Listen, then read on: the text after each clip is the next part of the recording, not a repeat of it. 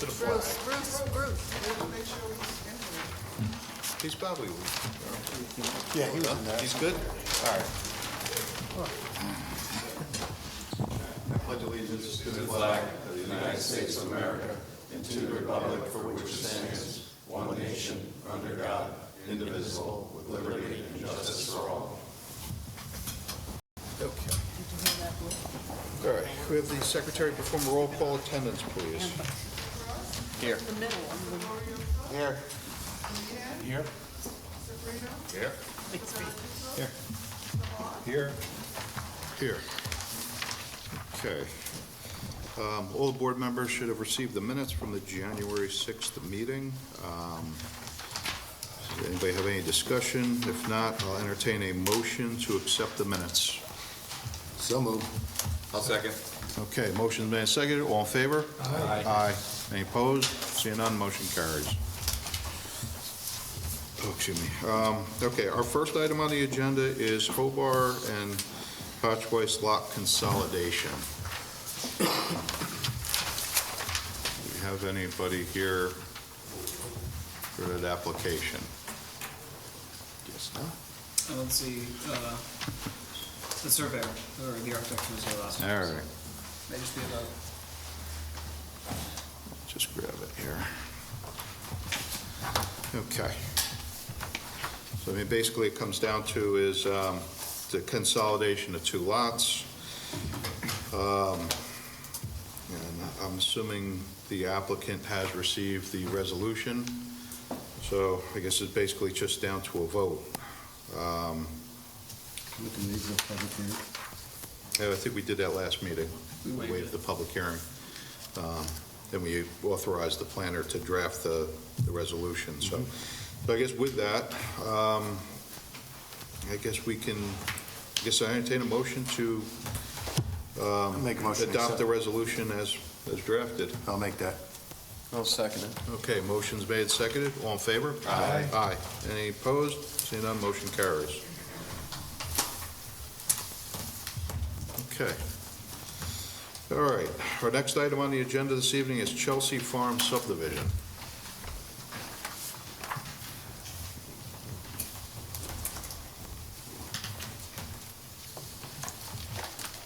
Good evening, Mr. Chairman, board members.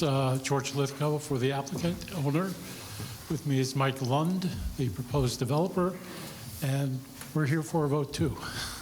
But just to explain, the note has now been conformed with the town law, with the town's own regulations. It does clarify the language that was used in the note. There was concern by a couple of members about the water mains, sewer mains, which are not relevant here. And in the interim, we took advantage of the time to, Dan Kohler did talk to DPW about the notes and the health department as well, and those have been conformed to incorporate their requirements for those lots to get COs. So I think we brought it up. We've done what was of concern to the board, and Okay. All right, so basically with the resolution as it's been drafted, you're in agreement yes, with the current changes that have been put together from the last meeting. So with that, I guess it's just down to a vote at this point. So I'll entertain a motion to approve the resolution as drafted. So moved. Okay. We have a second? Okay, motion's made, seconded. All in favor? Aye. Any opposed? Seeing none, motion carries. Okay. so Thank you you're very all much. set. Okay.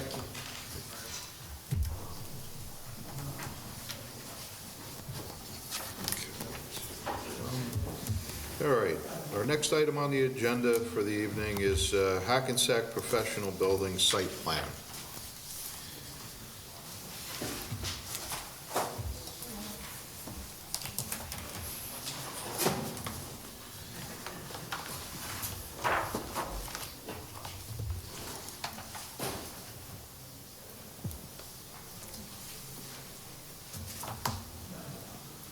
Good evening, all. Mike Gillespie from M. Gillespie & Associates. We're the consulting engineer for the project. This This project actually had been before this board 2004, early 2000s. Can you turn the mic towards you? Thank you. Had been before the board around 2004, and effectively, a couple years to get the approvals. 2008 kind of came and went. Really wasn't much of an issue in terms of having space like this available, so it's actually sat dormant, and we are back before the board to reestablish those approvals effectively. So, right at New Hackensack Road and the intersection with Jackson Road, coming back all the way to the other end of Vassar is where the project's located. We propose a singular access going into the site, serve one proposed building with a footprint of around 6,000 square feet. And the way the grades are proposed for the site, you actually come in and you're kind of at the floor level of the building. And then there's an access drive around the rear with some additional parking that provides access to the rear. One of the things that occurred during the original review is that there's a lit intersection here at this point now. The idea, would we be modifying that intersection to allow for this particular site? We're working on getting together with Dutchess County Department of Public Works. It's their roads, both of them, so they would guide us. We'll also have an updated traffic report and all that good stuff for you.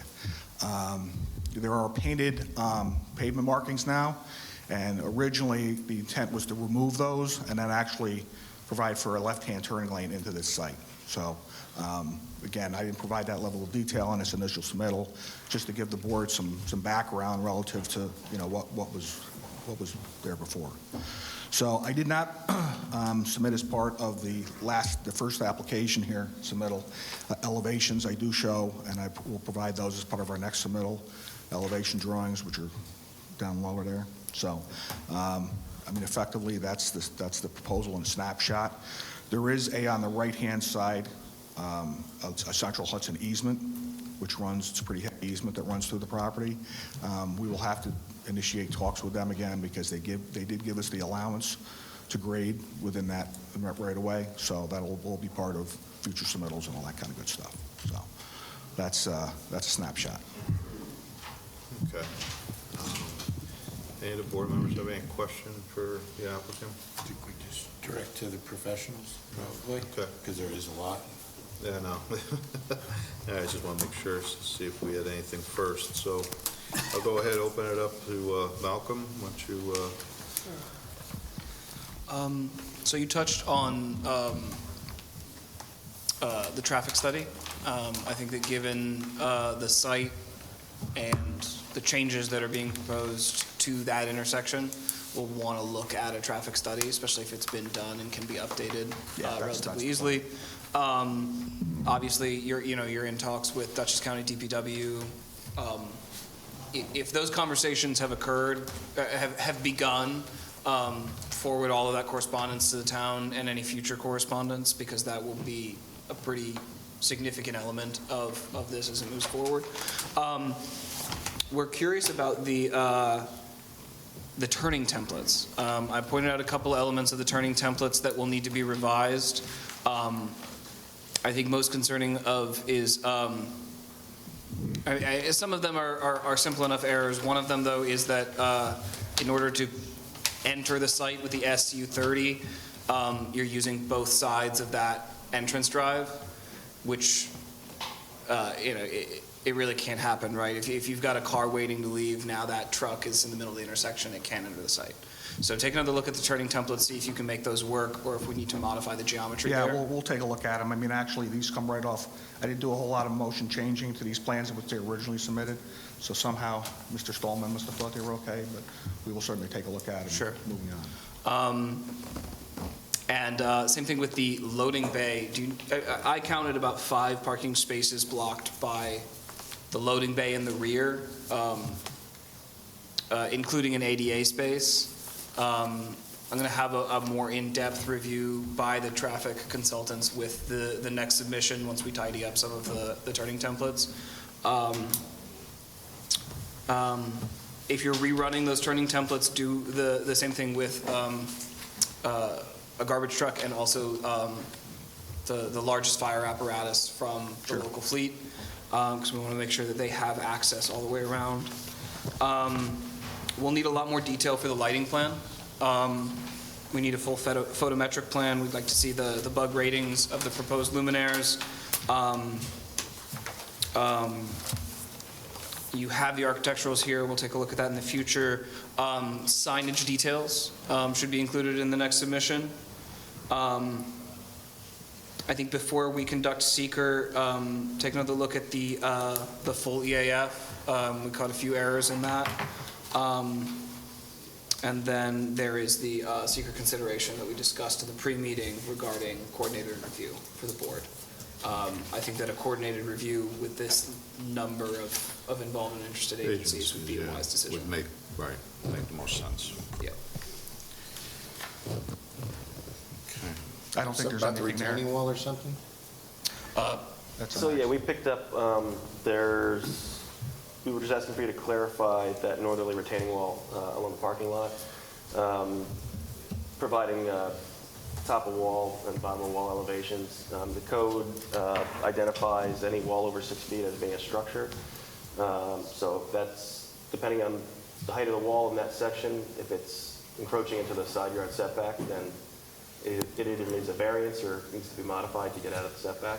Okay, So we're I just mean- looking for clarification on that. Yeah, it looks like we have a little room to play there anyway, but we'll get that out there Okay. in there for you.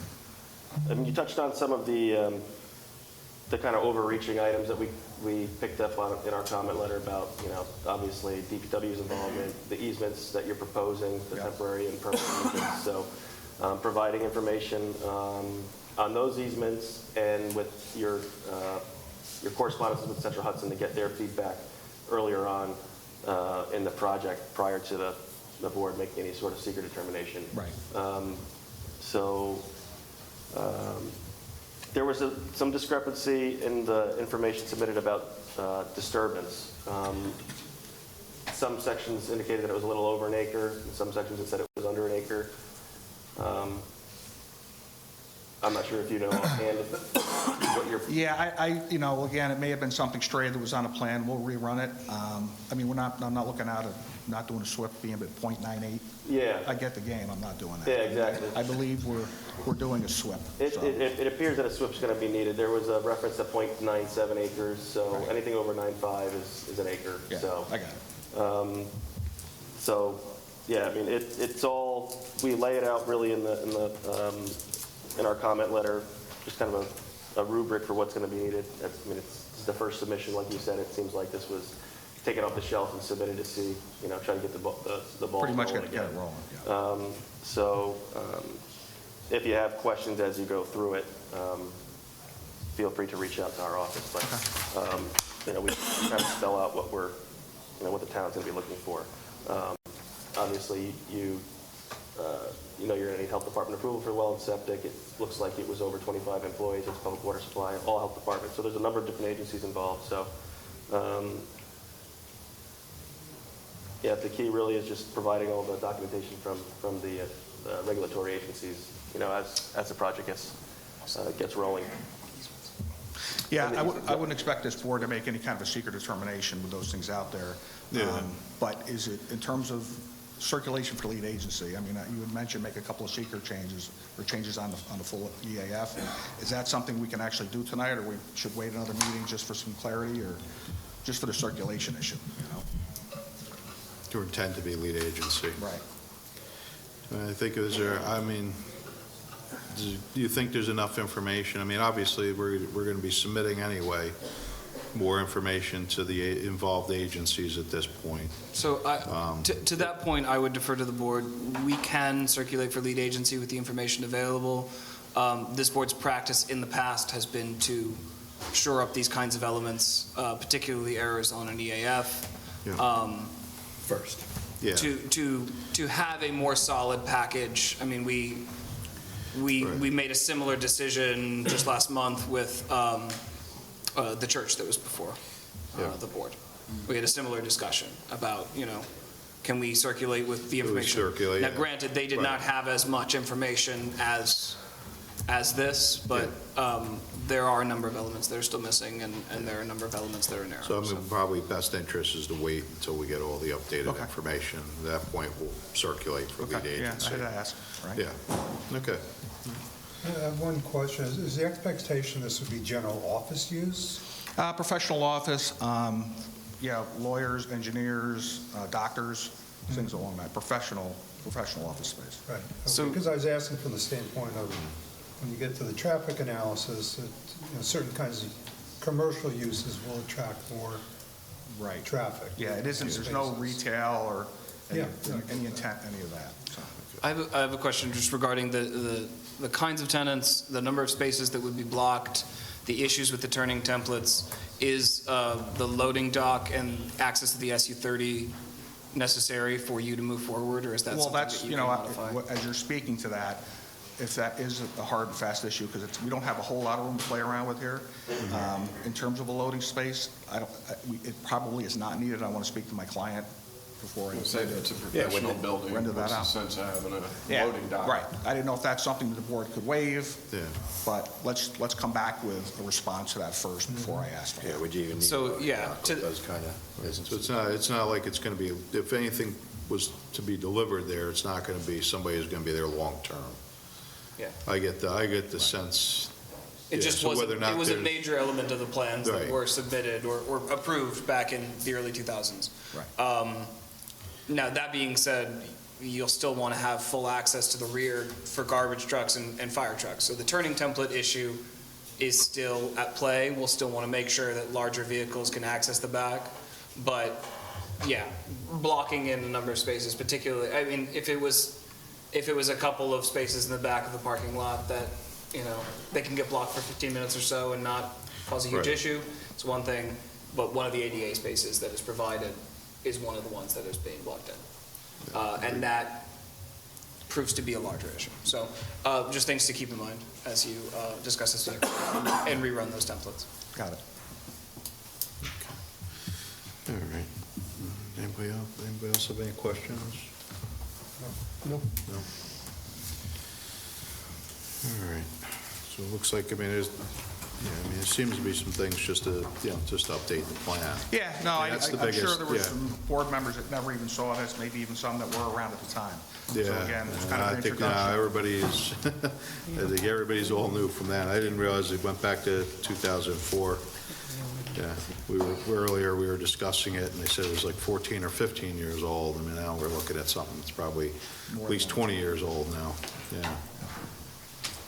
Ironing out some of those questions that we had, whether or not a variance is going to be needed, if a SWIP is going to be required, that will help also finalizing the EAF with involved agencies. So if that's ready for the next meeting too, that'll help kind of get it moving too.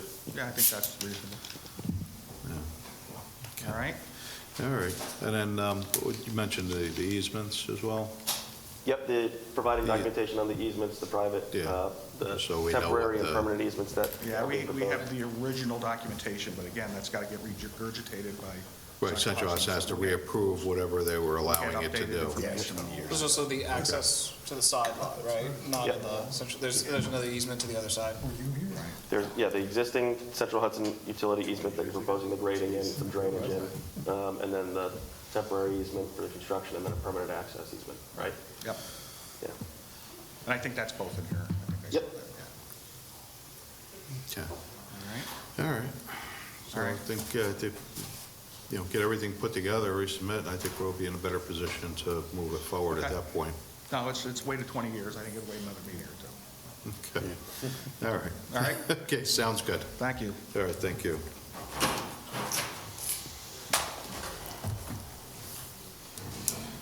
All right. Okay, next item on the agenda is Casa Amigos Restaurant.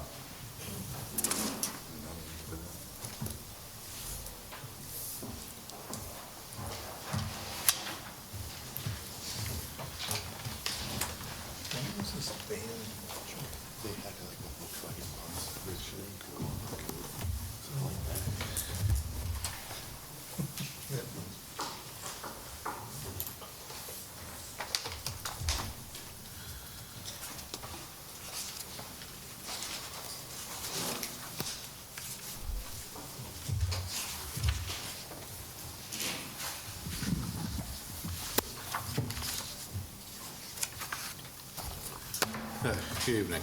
Good evening, Alfred Capelli, architect, on behalf of the applicant. I don't know if everybody's had an opportunity to review the narrative that we submitted. I'll review what is being proposed. The former Odyssey Diner on Route 9 in the corner of Sergeant Palmetier Way is looking to be renovated interior and to add on a dining area on the north side of the building. What started out as an outdoor dining terrace only turned into an indoor dining room addition, 1,100 square feet, with a rooftop seasonal dining on top of the newly added dining room. And on the south side, there's a small projection for the enlargement of bathrooms, since we have to increase the, due to the increase in the number of occupants, increase the toilet facilities. What we try to do is stay within the confines of the existing parking lot. So there's the previously approved site plan that I've submitted in the package as well as brought here this evening.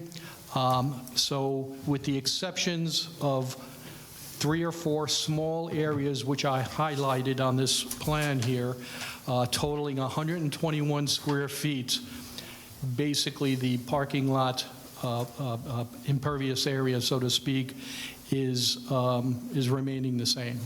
Just again, in order to increase some parking to accommodate the additional seating, again, we cleaned up the parking lot, so to speak.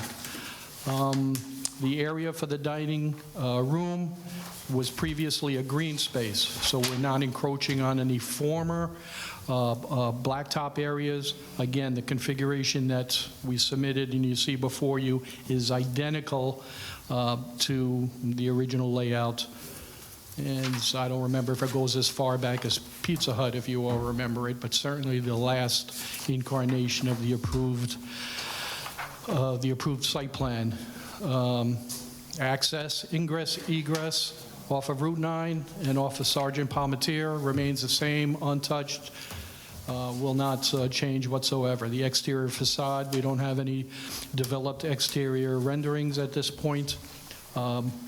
So the whole building is going to be done over, obviously, with the addition of the 2 small additions we're putting on.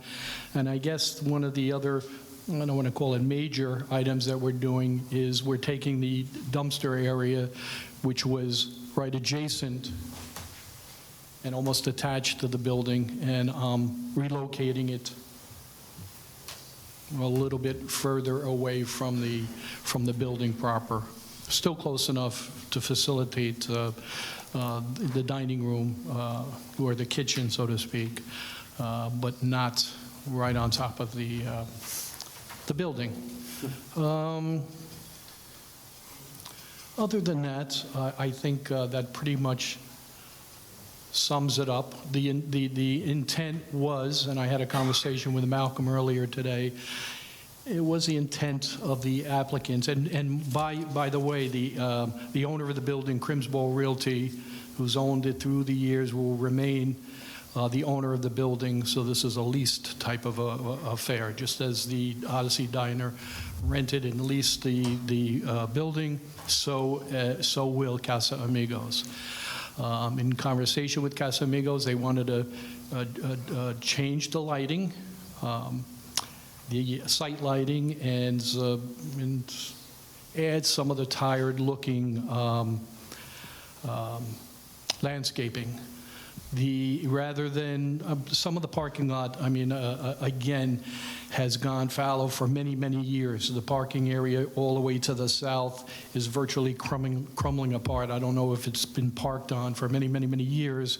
So again, I think we put in our narrative that the intent of the applicant is to repave or at least top the entire parking lot, not just coat it and seal it and restripe it. Literally, they want to do a professional job and give that impression right from day one. What else are we doing here? That's, the water is there, the sewer's there. I went to the village water board already. We'll get you that letter.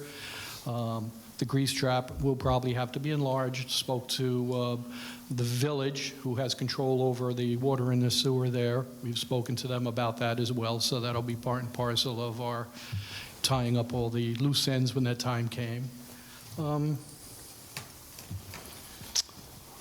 I think that sums it up. For now. Yeah. All right. I know we were talking earlier, just one of the questions that come up about the rooftop itself. Is that just going to be just open, or is there going to be a roof over the top of it? No roof over the top of it, so it'll be completely open. There'll be an enclosed stairwell, if you will, glass enclosed, taking you from the first floor. Oh, it's illustrated on my... Yeah, I think there was an indoor and an outdoor staircase, right? Yes, so here is the floor plan here. Okay. So we have an internal stairwell, which as it comes up through the rooftop, if you will, that's glass enclosed, will be for weather purposes. And a second means of egress is being created via an outside stairwell, strictly for egress, not for everyday in and outs. But that won't be roofed. The only area that will be roofed will be this glass shrouded stairwell going down to the first floor. Okay. All right. Okay, and the light, and how are you gonna light that upper level? Is it gonna be lights on posts, or? Yeah, we haven't gotten to that point yet. No, I know that's that would be an issue that certainly we need to address, but yeah, we haven't gotten that far yet. Okay, all right. Noise also. Yeah. Yes, I spoke to the applicant about the noise, about that it would definitely come up. There's not going to be any mariachis up on that rooftop. So any entertainment that you do have now, these fellows own another place that we just expanded for them out in the town of LaGrange. They have a very successful business out there, and they do have indoors a band occasionally. So I told them, not on the roof, you got to keep it inside. So if and when they want to do it. All right. Any of the board members have any other questions? I don't think so, not till we actually get our full setup, full submission, Okay, let's turn it over to the planner. Touch on the rest of the items in your letter. Yeah, sure. Our comment memo is largely conceptual, to reflect the conceptual nature of the plans. We'll look for a full site plan submission in accordance with 24084. But to name a few things, I think that there's a lot that can be done to tighten up the narrative and the bulk table. The narrative is a little difficult to follow and does not include all of the information that you can then find, say, on the plans or in the EAF. So just make sure that everything about what is existing and what is being proposed in as clear terms as possible is available in the narrative. The bulk table should be relatively easy because there are very few changes, but I would like to see a complete bulk table. We'll need to see a landscaping and lighting plan as suggested in your narrative. Just make sure that the lighting plan is in conformance with the new code. So we'll need a full photometric plan on that, which, depending on how you choose to light up the second story, I think that should be reflected in that full photometric plan. Height might be an issue, just depending on what lights you are putting on that rooftop area and what the height restriction is. But we'll cross that bridge once you've figured out what it is that you would actually like to pursue. I think that, not wanting to speak for the board, but I think that you will run into some of the problems that come with increased height are glare or overlighting. Sure. And if you have, for that rooftop area, many smaller lights as opposed to few larger lights trying to light that area, I think you will have a better environment up there and a better time either complying with the lighting code or seeking a lighting waiver. For the parking area, I'm curious about I know that everything about the parking area for the most part, I mean, you say that you're restriping it. Are you restriping it in kind, or are you modifying the, like, angles, or you're repaving, but are the parking stalls going to remain the same? Not as striped existing. My site plan kind of reflects that there were former, for instance, X number of parking spaces here, but now they're going to be another space or two by having narrower, because some of these parking spots are 10 and 11 foot wide, and by cleaning up some of these, again, funky angular curving and straightening them out. So the plan illustrates where there was 9, we're going to have 9. Where there was 7, we're now going to have 8. So we are increasing the parking. That's kind of illustrated on a section by section area there. So it's going to be striped to my site plan, irregardless of what was previously approved, in order to get the new numbers. Okay, yeah, so with those changes, where possible, without making the plan look busy, provide dimensional call-outs for the drive aisle widths, the turning radii, and the parking stalls. And if you can get turning templates for a garbage truck accessing the new refuse enclosure.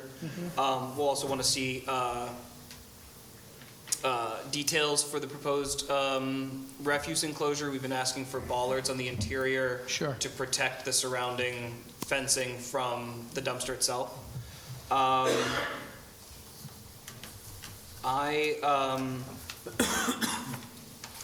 I know that with the previous, with my comment memo, I requested a full EAF. I'm not sure that that is required. I think that with a full submission, we should be able to at least determine if it is a type 2 or an unlisted action. If it is an unlisted action, we can then ask for a full EAF, but given the nature of the changes, I believe that it will be a type 2, but I will wait until I have a full submission to make that recommendation. So our comments, again, are conceptual, and you've already hit on most of them.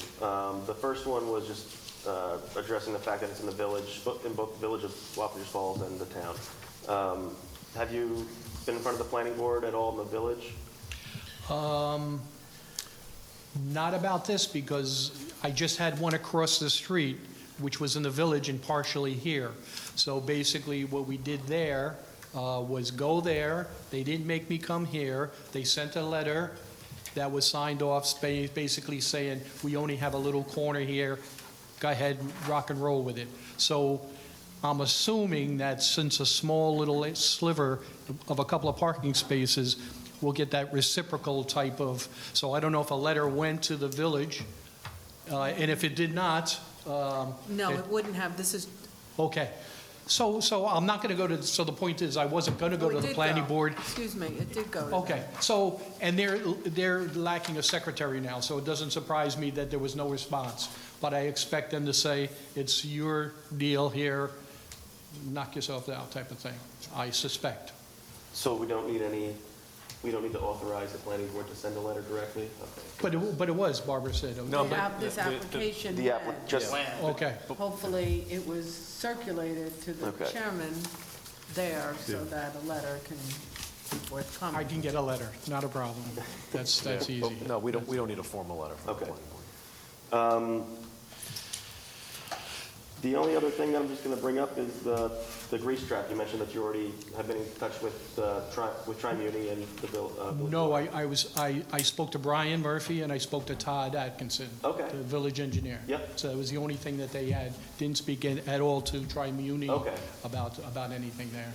So with the, like you said, the village having jurisdiction there, if any changes to the grease trap is going to require health department approval too, just so you're aware. Yes, yes, I know So that. that's Yep, all. yep. Everything else you've already kind of hit on. If you've mentioned that you're not changing anything, any of the access, ingress or egress from Route 9, but any disturbance within the DOT right-of-way would require a permit. You've already said that you don't believe that's going to happen. So- Yes, there's no improvements at all. Although I'm going to take that back. When they repave everything, I don't know how clean it's going to be to cut it at the property line and go in. So we'll take 2 steps back and we'll see to what degree we need to do anything from the property line to the striping. Right. You know, out for the DOT. I think Sergeant Palmetier is a local road. It's Yep. not so we can deal with that. Yep. I'll take a look at Yeah, that. once you get an idea of So where you'd we'll- like to pave to. Yeah. And if you're paving just to match, if it makes sense to pave the entire apron in the DOT right-of-way, I think there is a simplified permit process, but you still have to get them involved, unfortunately. But, so, once you get that fleshed out, you know, if you're going to be in the right-of-way, and Sergeant Palmetier right-of-way, we can work through that too with the Highway Department. So just one other quick question. Are you finished? Yes, Chris? go ahead. Okay. No, about, I think you mentioned something about to what degree do we want a drainage analysis, which I tried to avoid by the little bit additional impervious that we're creating here. I mean, I don't think that a drainage analysis is needed, just Okay. enough detail in the plan to just demonstrate that you're picking up whatever. If Okay. it's just roof leaders, there's nothing on the plan that shows where your current drainage is. Just- that's fine, not a just to- problem. Just to show that it's being Perfect. dealt with. Okay, So, thank you. mhm. And I have another question. Again, Malcolm and I spoke about it. And again, they want to change the lighting, but if I decided not to change the lighting at all, do we still have purview at the planning board level that I'm going to be made to change the lighting? In other words, I'm trying to simplify this and try to get in and out as quickly as possible. The least the clock is running. I know it's not anybody's problem. But if they can get in and out and use the existing lighting to, short circuit this approval, and then they change the lighting next year, we know they have to come back to you. I don't know what clear, though, your thinking is. I don't You know. are lighting up the rooftop area. I am lighting, so maybe by virtue of that alone. You are Okay. making modifications to the Okay, exterior lighting. okay, okay. That's probably the trickiest piece of this. Yeah, it probably is, yeah. And again, with regarding height and what have you, although it's not illustrated here, that building's a pretty tall building. So our structure in our rooftop is not going to be anywhere near the height of the building that it is now. It's still going to be much, much lower, because that's a 2-story plus building right now, believe it or not. So but again, it's very difficult to illustrate that to you now, but you'll see that.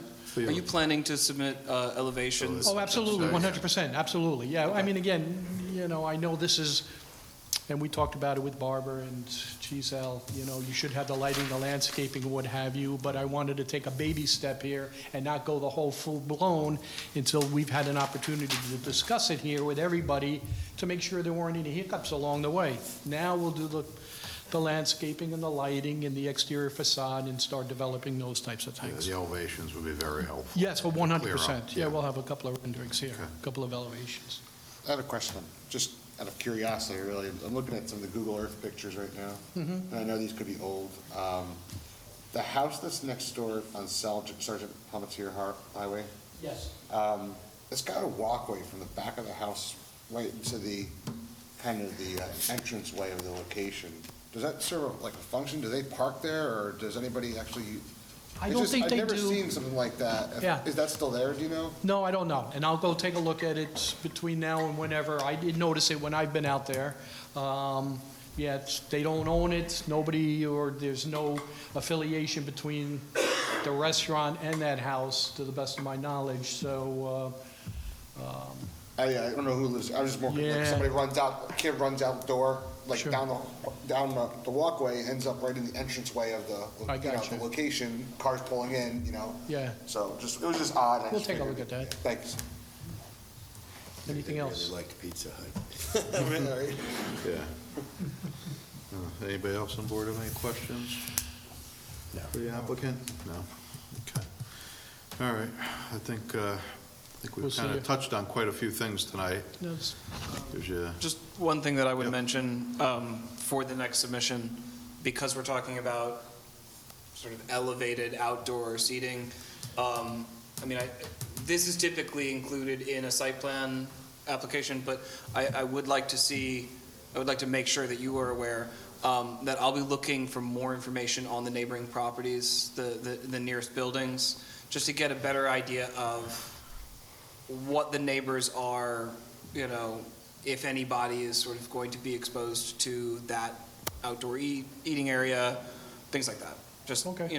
What the neighboring locations are. Yeah, the apartments across the street will get affected, without a doubt. Sure. Hopefully they're over here, though. Okay. Anything else? I think we're good Okay. right now. We'll see you whenever I get the rest of the stuff together. Thank you very much. Okay, thank you. All right.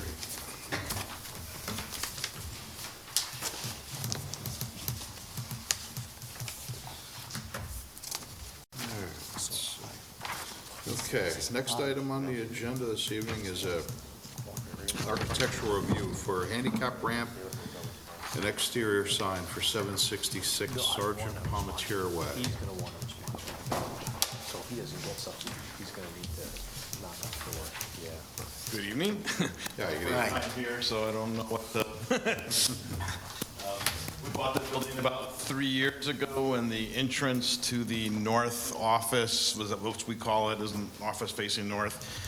The complete entrance was stairs all in disarray, and so we got that, a permit, and got that replaced a year ago, and now there's absolutely no access to our building for somebody with a wheelchair, so we'd like to add a handicap ramp to that same location so that we can make it accessible to the people with disabilities.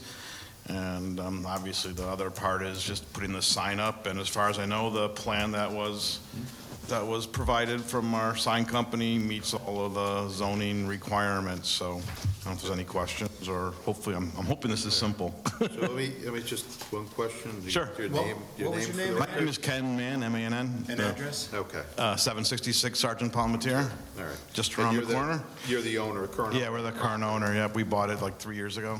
Okay, that's just, need to get your name in. Oh, no problem. Like I said, first time, so. Yep, no, I understand. Okay.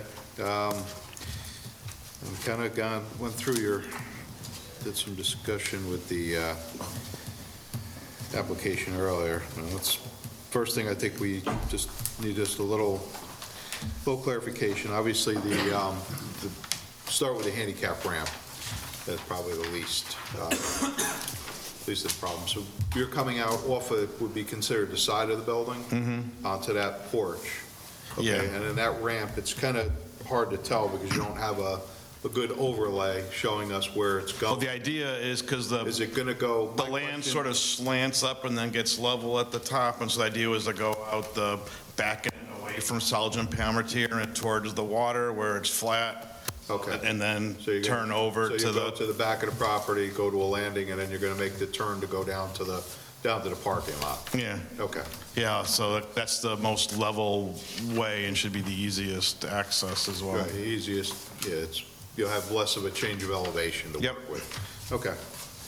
And, the only question I had was, I guess more for you guys, the sizes of the landings? If it's used for a wheelchair, like the existing porch, is that big enough? It has to be ADA compliant when he brings in the plans. Yeah, it's going to have to be five. They have, there's a they have turning radius that approved has to happen. sizes. Yeah, that's what I figured, I didn't know. Yeah, it's got to be It's at like least 5 feet, right? 5 foot, yeah, 5-foot turning circle. right? So the landing's got to be at least 5 feet, but it's probably going to be a little bit more than 5 feet, just so you have all the clearances. Yep. 42 inches for the width for the ramp part? The width of the ramp going down, it varies, but it needs to be, yeah, it probably should be 42. Needs to be minimum 36, but the building department will go through we'll verify all that with you. But the Yeah, land- we the want landings it are to be kinda- ADA compliant You have to totally. be, yeah, exactly. So as long as you're submitting a plan that's compliant, they'll work with you. Like I said, the only problem you might have is just having to deal with the width of the landings. because I don't think you have any real details here. Yeah, you have your ramps are going to be 4 feet wide, so, you know, it's just a landing. You got a 6x6 landing, and then looks like a 4x6 landing, but that might have to be bigger. Yeah, if it has to make adjustments. Yeah, We want it to be compliant, to let the yeah. people get into our building. You build this, but this could be built out of wood, or? Yeah, it'll be wood. Okay. Yeah, we want it to look nice, you know. Okay. Not like the doctor's office across the street where it goes the entire length of the building. All right.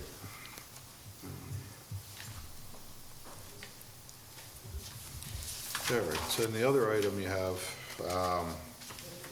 Jack, is everybody else on the board okay with the ramp then? Yeah. Okay. All right, so as long as everybody's good with the ramp, then let's go on to the next item, which is your sign. So I know there was a couple of people had questions regarding the sign. But obviously you want to have space enough, I guess, for five separate tenants, is that the? Look, there's two thoughts to it. One is to have separate tenants if we ever get that process for the upstairs gone through. But we can also use it to put like some information, like, you know, we do taxes, we do problem resolution, and so if we don't have tenants there, we can at least put some more information about our services. Okay. Is that gonna be lit? It's not, there's no plan to have it lit. And most people come to us between 9 and 5, so it's, I don't need a big fancy lit sign. That simplifies it. Yeah, that makes it easier. Yeah. Yeah. Plus, we already, I don't want to drive, you know, dig through the driveway and Yeah, to get electric up there anyways. All right. Colors of the sign? Really haven't given it any Haven't given it any thought. thought. Probably is going to be white with some color to stand out so you can read the letters. Okay. So, okay, white background, more or less. Okay. Typically, yeah. Okay. Just need to be found. All right. Okay. I know the sign company looked up all the codes and all that, and we believe everything is proper to code. All right. This is just the architectural review, so Just need a motion. just a motion to approve what's been presented to us. I'll second it. Okay. Motion's made and seconded. All in favor? Aye. Any opposed? Seeing none, motion carries. So what's my next step? Meet us in the building department. What's that? Meet us in the building department with ramp plans and a sign permit. Okay? Next step. All right, you're welcome. Have a good evening. Okay. All right. Our next item on the agenda is Kingdom Hall amended site plan for a conceptual review.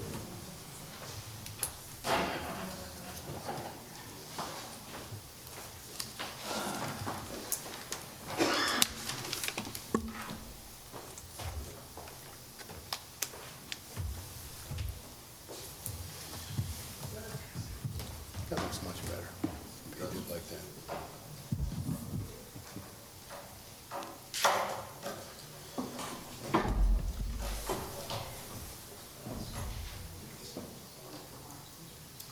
Okay.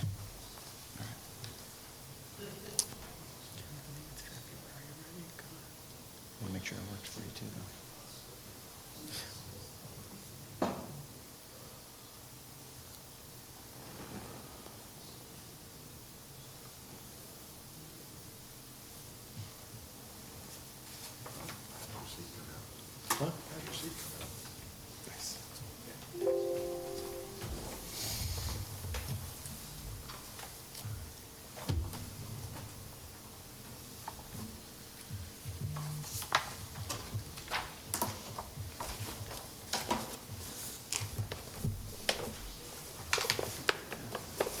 We'll jump to the next general exterior.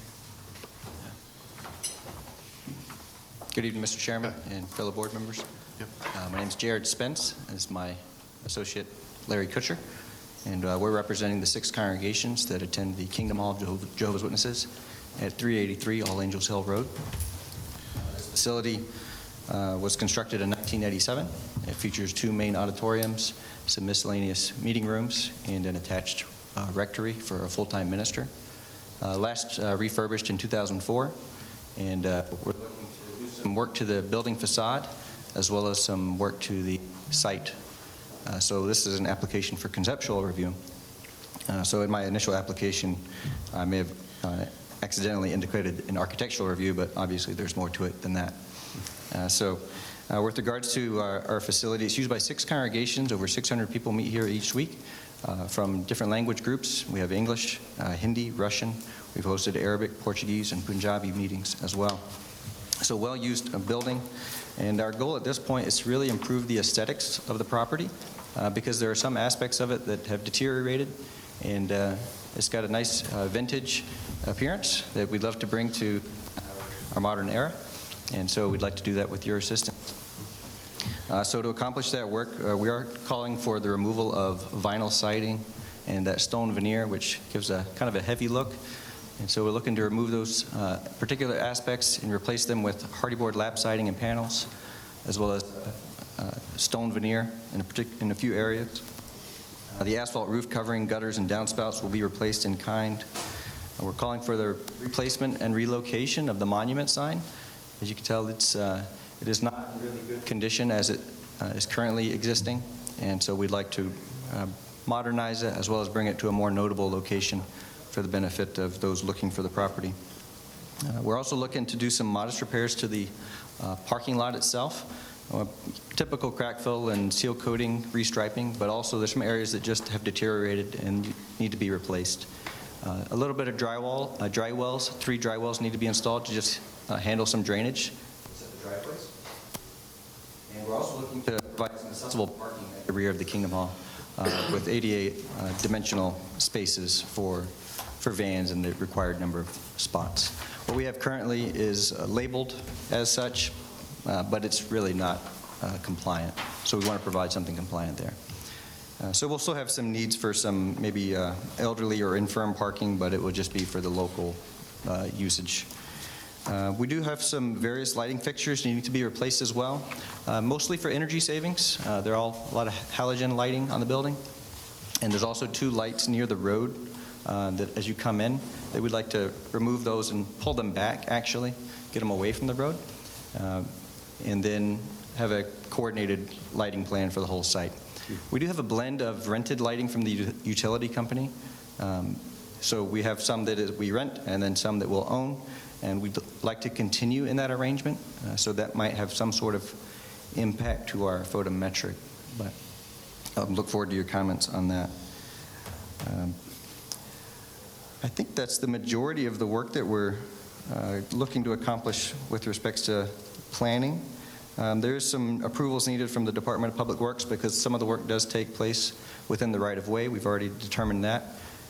So it's mostly the asphalt repair, but essentially they're okay with what we've discussed so far, and we'll just need to finalize that approval with them once we're ready to go, beyond the building department as well. So that's our project in a nutshell. You can kind of see this existing conditions as of this past Saturday, and this is a rendering of what we're looking to do with the hardy board paneling primarily. So we look forward to your comments and observations. All right. I know we did have some earlier discussion, I guess, regarding the landscaping. I guess you're proposing to remove landscaping in the front of the building? Yeah, as you can see in the picture, we have landscaping at the front and on the sides. Yep. Generally, we do try to eliminate landscaping at our buildings within 3 feet because of water retention issues. And we've had some issue with the slab of that particular Kingdom Hall, kind of being a humid slab, which has caused some issues with our flooring. Our carpet has peeled up, and we're persistently trying to make repairs to it. So we're trying to assist in whatever ways we can by keeping water away from the building. So we do show the removal of landscaping, but if there's some concerns about that, we'd be glad to hear about some observations or recommendations for your... Yeah.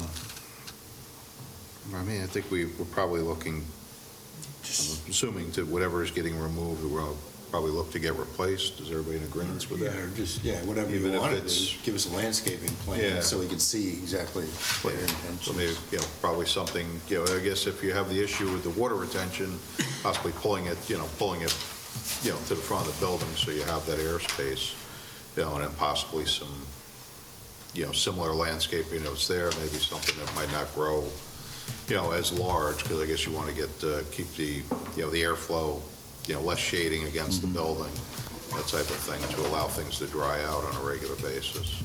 Sure. Do you know if there's a site plan of record? I do not know that information.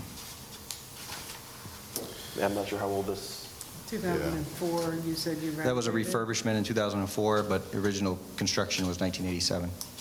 It might be very hard to, at this time, the files are way off-site. Yeah. Our intention is to keep the parking lot essentially the same in its striping and flow pattern. The addition of the accessible parking at the rear is to just provide that enhanced access without affecting the overall site plan. So we're not actually increasing in parking. We're reducing our parking actually from 124 to 121 currently. So it's a little bit of a hit as far as the available parking that we're going to have, but with the intention of providing greater access to those who need it. Can I chime in? Go Just ahead. on the Yeah. question of the landscaping, I would say if it is doubtful that we're going to find the original landscaping plan, the original site plan, showing us as accurately as you can what is there, what you're proposing to remove. If you have space to bring what you're removing away from the building and replant, that's great. If you would rather relocate it somewhere else on the site, we can take a look at that, or enhance landscaping in other ways to make up for what is being removed. Because obviously we want to help you address water retention issues and maintain sort of community character and beautification of the site. So Thank you. I would say that would be the best way to move forward, showing us what exists, what you're proposing to change, and if you're steadfast on a replanting plan, show us that. If you have alternatives that you would be happy one way or the other, give us some options and we can Okay. take it from there. All right. Thank you very much for that. And I would add, and given the context of the neighborhood you're in, Yes, sir. I think having some landscaping would be nice to see what you're proposing. Okay. I appreciate those comments very much, and we'll include that in our next submission. I would chime in while we're on the subject, or I guess pivoting over to lighting. When you put together your proposed lighting plan, just be mindful of the fact that the lighting code for the town has been updated. Okay.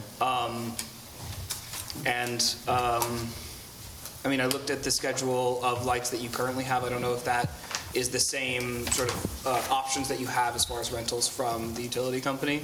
One thing that I did notice is that the color temperature is higher than is permitted by code. It's at 4,000 Kelvin, and our max is 3. There are other specifications in our lighting code that really aim to eliminate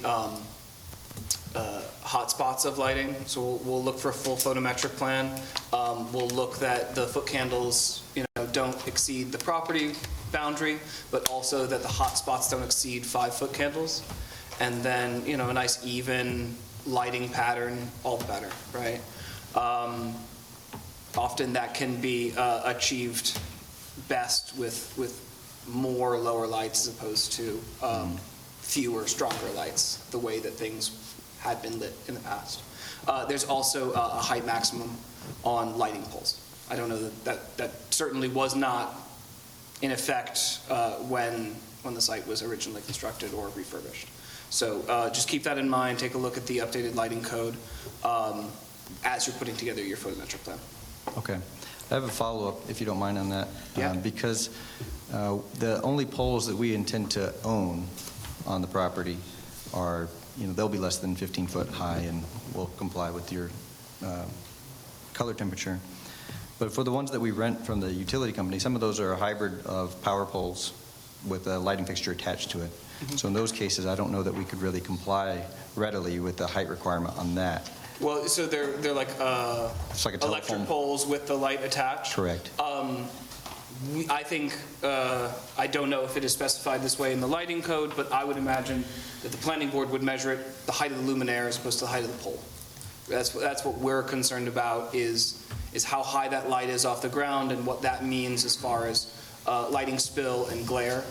And so I wouldn't worry about the total height of the pole so much as where that Okay. light is hung. Picture would be. Okay. Yeah, I'll have to obviously do some investigation as to what flexibility this program even is, as far as light, color, temperature, relocating a fixture on the pole itself. It seems, it's unprecedented for me, so I'll have to figure that out. Sure. Thank you.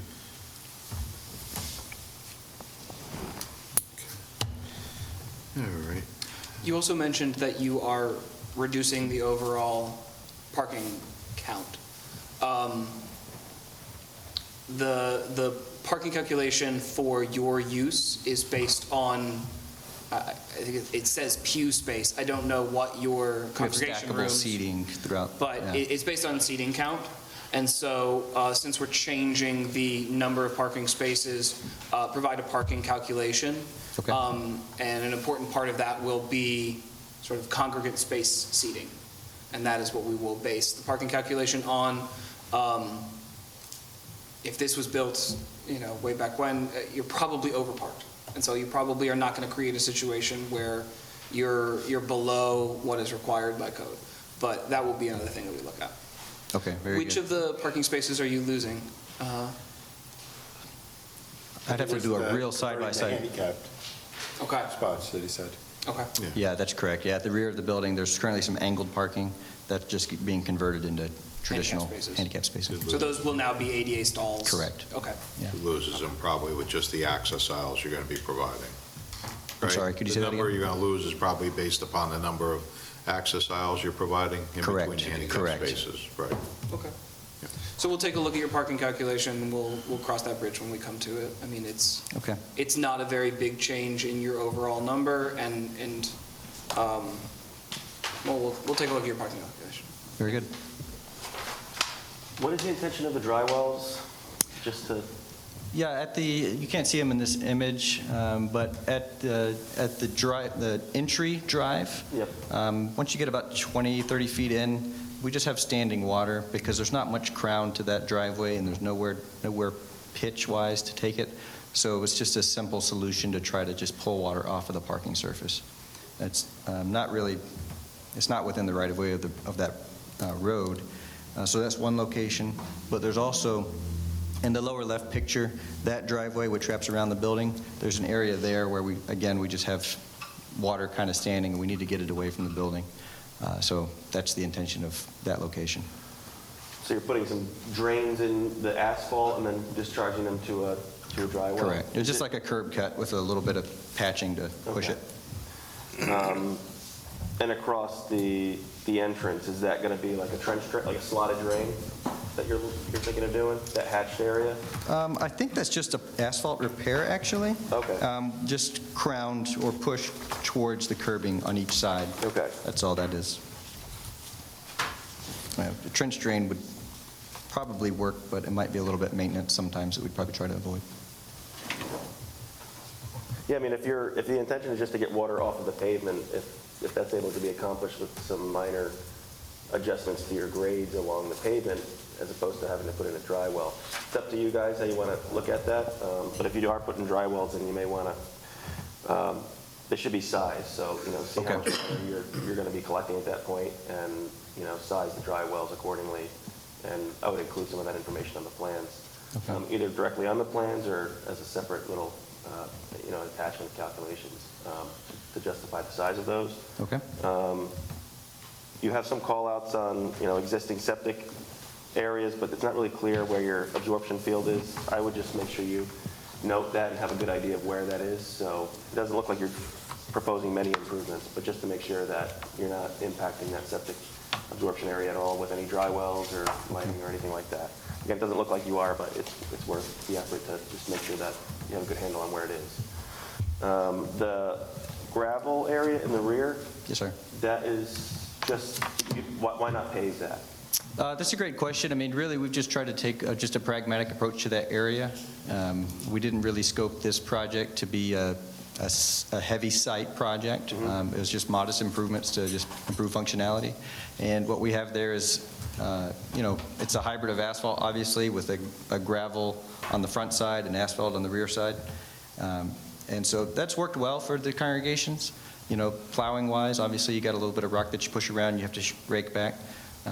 But it just seemed like a simple solution that we implemented several years ago, and it's held up well, and so we're content to keep running with it. So it was paved at one point probably, No, it was never paved. Okay. Yeah, it was kind of a push in expansions to provide more parking. So I couldn't speak to the specifics of when that took place, because we're talking about 40 years of history that I wasn't around for all of that. Christian, I'm going to look in the building file. Yeah. and See if I see. we should try to dig up an old site plan to see, do we at least know if this site was vacant before this building, or was this I believe it was purpose-built, but I don't know if there was anything on it. It was? I remember when they Yeah. built that. Yeah, because if there has been some sprawl of that parking lot, then, I mean, again, it's going to go down to some of the parking calculations that Malcolm was Okay. referencing. So if the parking calculations show that you have way more parking stalls than you need, or vice versa, then we'll deal with it then, I guess. But do you have a feel for how many parking spaces? Do you feel like you're over-parked or under-parked, or? I feel like you could never give our congregations enough parking. Yeah. Well, So okay. we try to work within the boundaries that we have and encourage carpooling wherever we can. That's a good problem. Yeah. Yeah, and we don't want to reduce it any more than we already are, obviously, because even a removal of that overflow area will be a significant impact to the way we use that property, and could be a dramatic change. Yeah, because you do have flood zone all over you, so. Not a lot of space to expand, is that what you're thinking?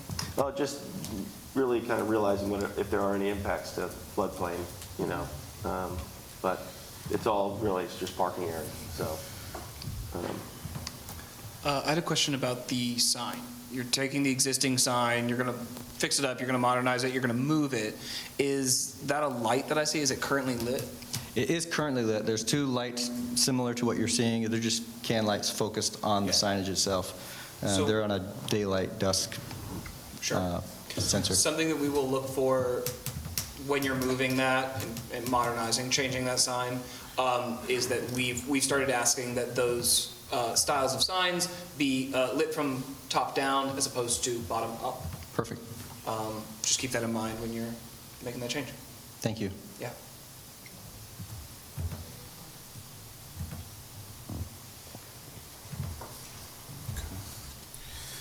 All right.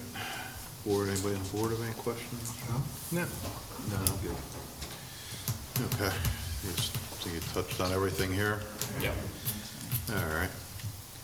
So you guys have any other questions for us? So should we continue with our next pathway or next step as a site plan? As a full submission for an amended site Amendment plan. site plan? Yeah. Okay. Submit that, and then we can go forward from there with all the items that we addressed this evening. The more information we have, the easier it is, to review the plan, and then hopefully, if everything is, has been addressed, we can move forward from there. Okay? Okay. So we will look forward to that submission. Excellent. Thank you very much for your help tonight. Okay, you're welcome. Have a good evening.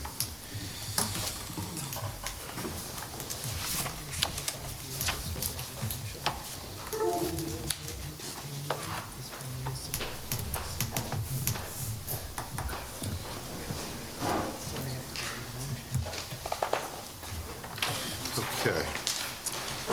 So our next item on the agenda this evening is Sitco amended site plan.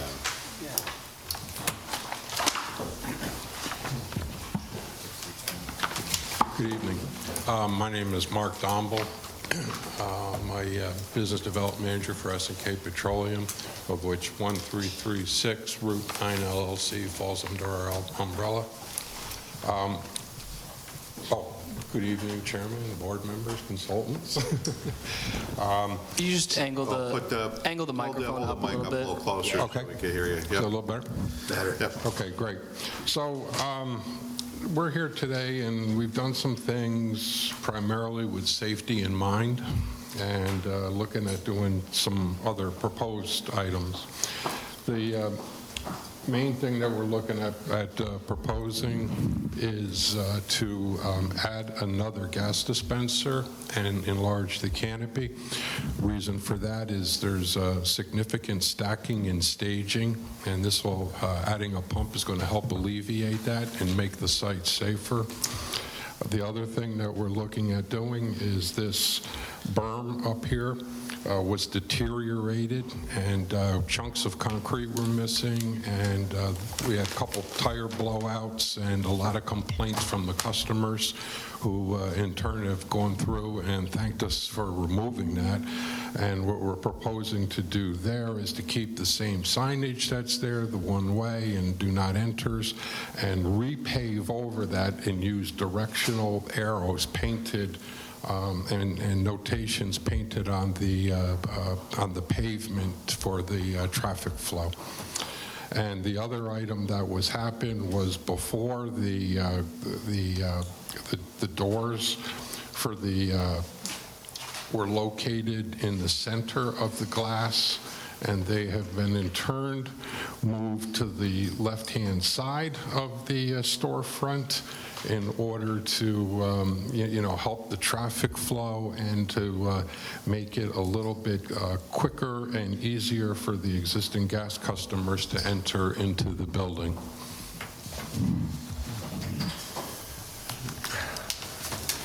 Okay. So one of the things that I did not mention on, so with this, I heard the comment earlier during the work session. What we're looking to do here for the exiting traffic is we're going to be removing this little piece of curbing right here and softening it up to help the flow. The shed is going to be removed, and all this area over here will be able to be used for turning. Okay, so I mean, are you going to be able to provide us with for turning templates for vehicles to be able to get through, and circulate around the pumps? Yes, it shows right here. This is nothing new. This is something that's been presented to the board once before. Before my time, but thank you. So I'm just saying that, so this was presented one other time for the new pumps, and once we asked for that, the application never came back. So I think you need to take a real hard look at the circulation around the pumps and put together, if you're going to move forward with it, you're going to have to demonstrate to us that the circulation's going to work, and that, the vehicles can get around there, because I think that was the hiccup the last time. In the fuel truck too, right? Yeah, and they'll have to give us the turning template showing us how the fuel truck's going to navigate the property as well. How they're going to, where they'll enter, where they'll exit. I think coupled with that is when the fuel tank is there, how the cars that come in off of Route 9, how they get in. And the ones off of Hopewell, what happens? Well, the fuel truck, if it comes in like that, it's Yeah. going to make that corner. So, I just got a question on this. It's looking like there's 3 islands on this one?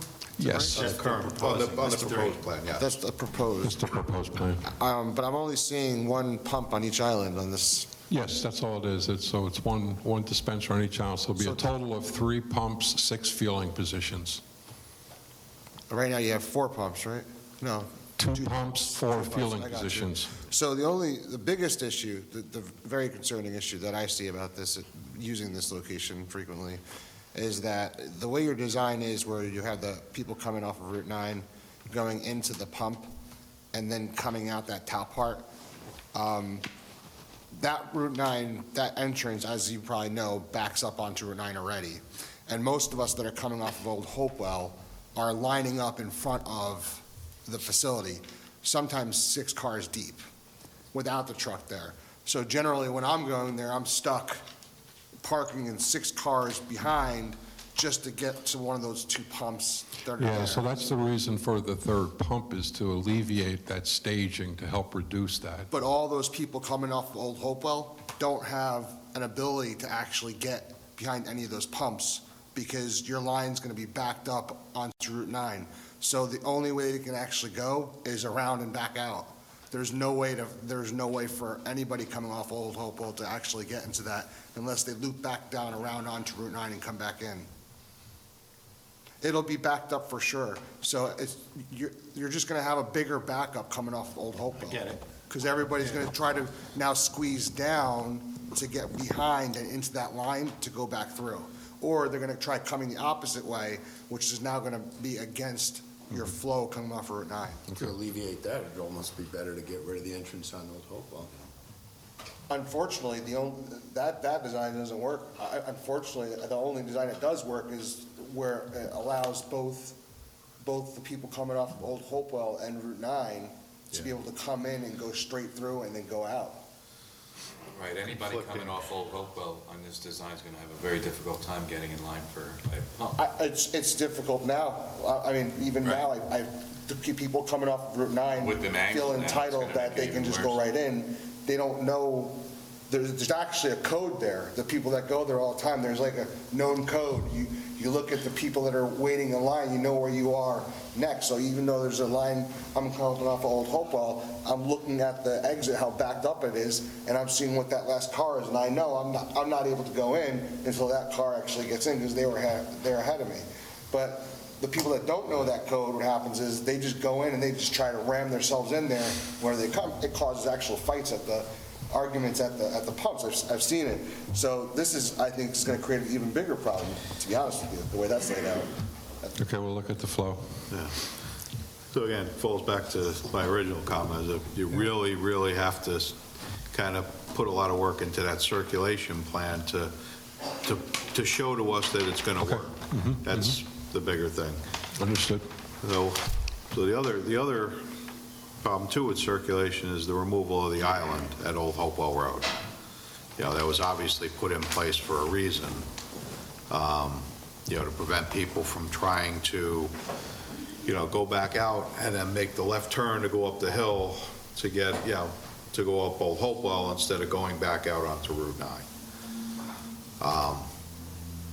You know, today's day and age, you know, people, you know, for that short distance that the island is in the middle on Old Hopewell to prevent you from getting across, you know, today's day and age, I don't think people are really fazed by, you know, kind of trying to sneak around it when nobody's coming. I think it's a conversation that needs to be had with Dutchess County. Dutchess County owns the road. I'm sorry to cut you off. Yep. I have spoken to William Trifolo of Dutchess County, and he is fine with this and is willing to issue the Dutchess County DOT highway work permit based on the town's approval. Okay. Yeah, he was fine. He's fine. Okay. You have something in writing from them? No, it was all verbal, but he said you know, we checked it, and then he called down to the town, and that's when the town said, well, we'd like to bring it up in front of the board. So. Okay. Yeah, I think we've all had experience using this gas station. Yeah. One of the things that has occurred to me, if you can look at that entrance on Old Hopewell when you're going west and you're entering your site, it's a very sharp curve there.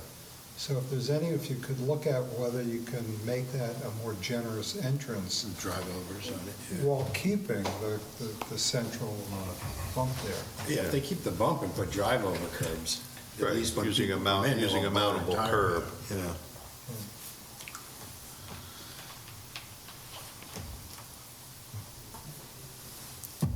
So you could do, I mean, that might be the option, is just to replace the island with a mountable curb. That way, you know, when you do have, you know, if somebody drives on it, it'll have the beveled edge, they could just kind of go up and over it without, you know, doing any damage to their tires. Be something to consider. Okay. So the other, I know there was another question, you had mentioned about the doors on the front of the building. Yes, so,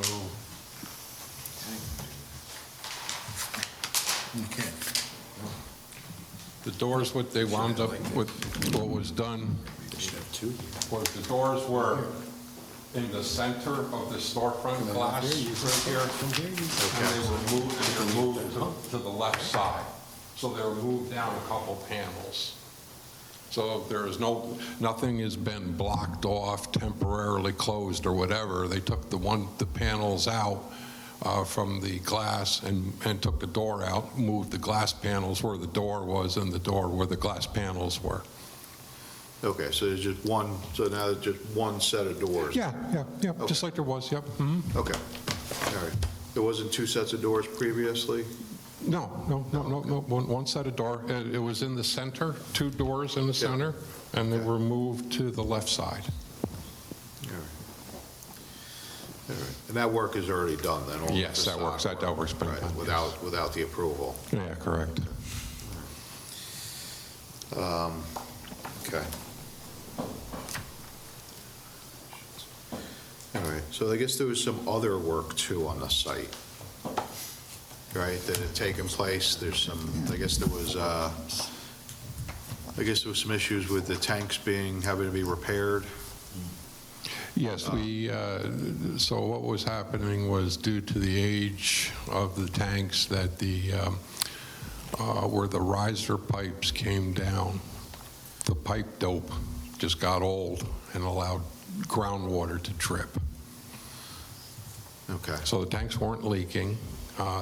There's no environmental issues except it was allowing groundwater to drip in through where the old pipe dope was.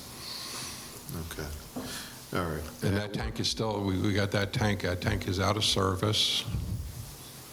Okay. Is there a plan to replace that tank? Yeah, well, if we went ahead and did able to do the upgrade by adding the dispenser, we'll have to change the lines and work our way back and upgrade the tank top, or there's even consideration of possibly a tank replacement.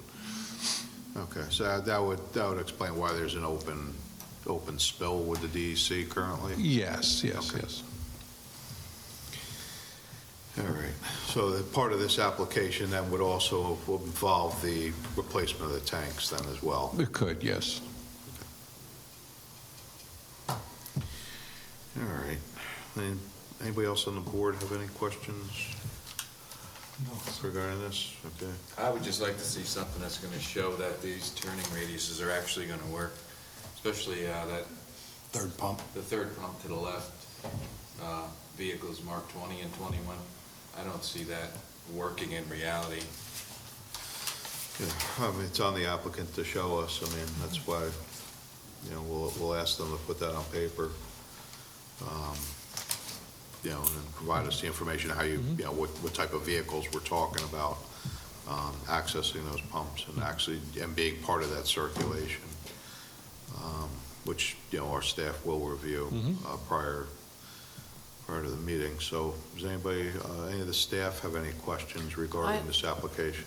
When this project was before us a couple of years ago, one of the main sticking points was when you get a delivery, a lot of the drivers want to go south, so they try to go out onto Old Hopewell. They jump that medium, and a lot of times there's a lot of traffic.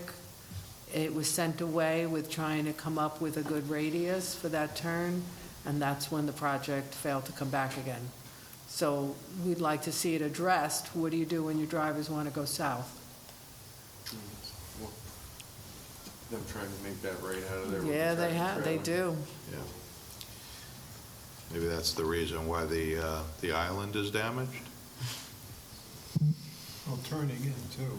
Yeah, it's either or. Yeah. Yeah. Is there not, I don't know what kind of space you need, but there's no way you can get the 3 or 4 pumps to go in the direction they're in now? Like instead of having them angled like that? the angling is how we're going to get the best flow.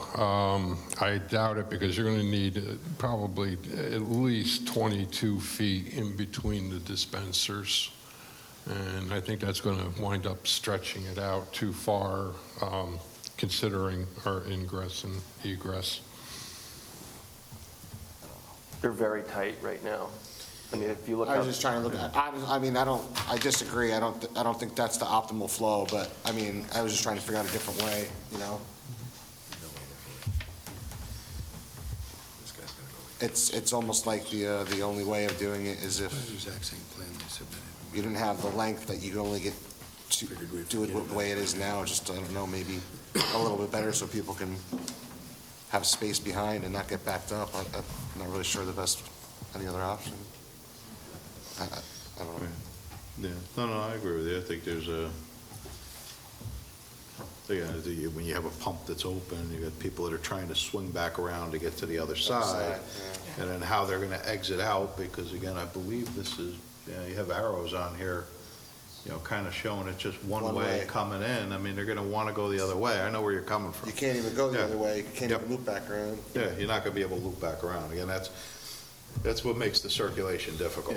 And then when the people have the pump on the right side or left side of their car, if that station's taken, they're gonna want to loop around to get to the other side, just to get to their pump on their car. That's tough. Yeah. I mean, again, you're really going to have to put some thought into it before, and again, when you make that full submission, our staff's going to look at it. Our planner does have somebody that reviews traffic management, parking, so they're going to have a little bit more expertise in this as well, and I'll imagine they're going to have some comments with it, depending upon what you're submitting. So I really need to take a hard look at that. I think you're getting that from all the board members as well. Will do. Thank you. Okay. Thanks. All right, so with that, everything, you're good with everything at this point? Okay. You guys are okay? Yeah, I mean, once there's a full submission, Make the our full traffic guys are submission. going to take a look at that very, very closely, and we'll Yep, okay. review it All in right, full. so we'll await the full submission. Once that comes in, you'll be back again, and then we can go forward from there. Correct. Thank you. Okay, thank you. Here?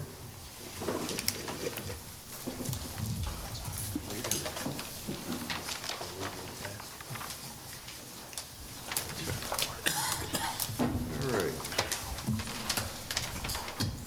Okay, so our next item on the agenda this evening is Niznik amended site plan.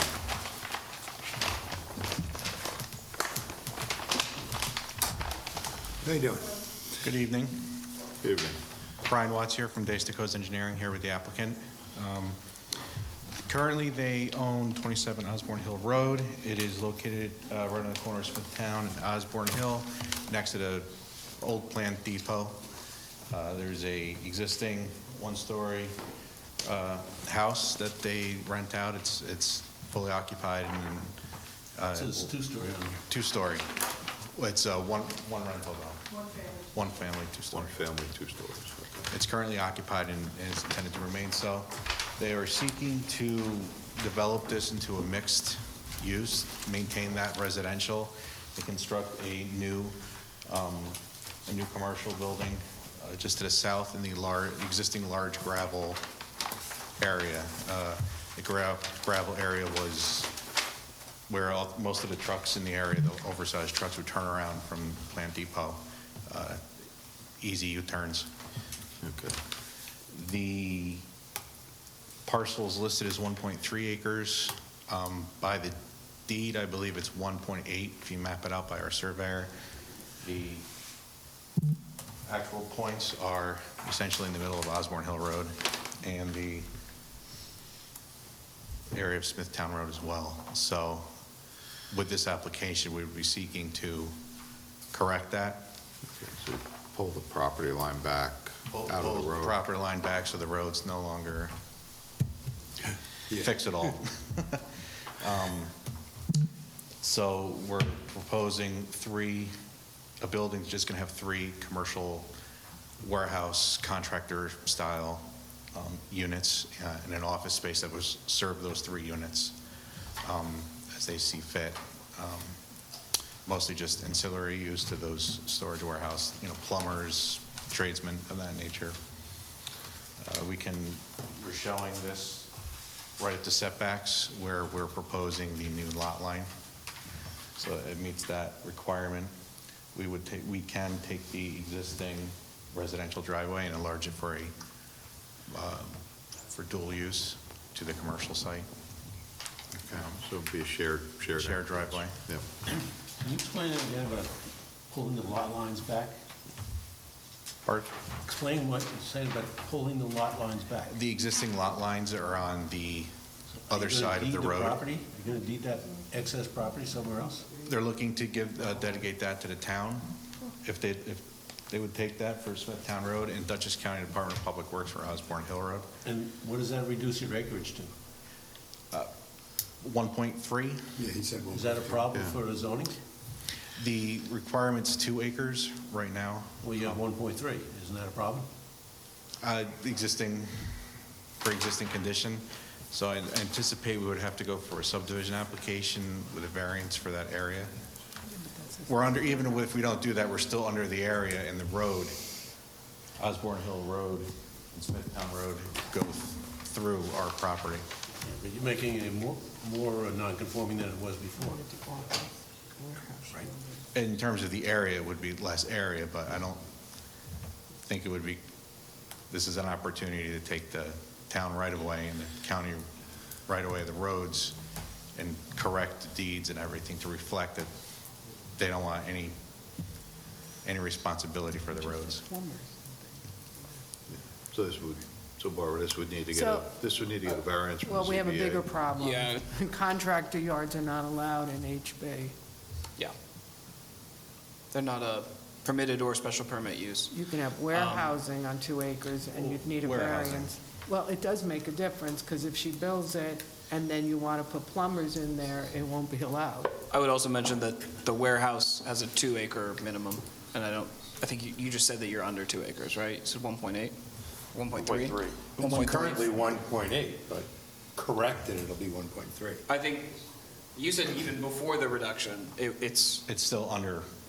Either way. For any. It's under 2 acres, so Under 2 acres warehouse. for anything. It's undersized. The current use is single-family residential. They're applying for mixed use. Oh, I see, proposed building, okay.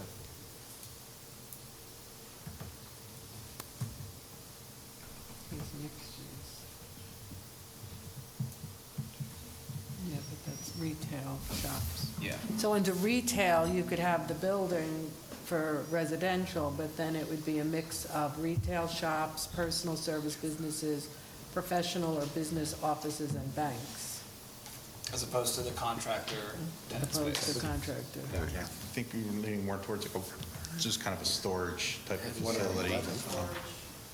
In that sense, maybe not a contractor operating out of it.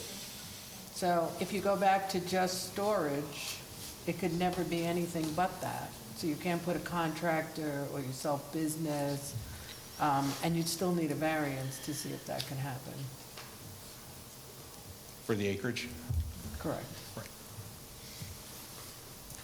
And they can maintain the single family? Well, that's really no, it's like kind of a. It's not really no, mixed use. Mixed use at one.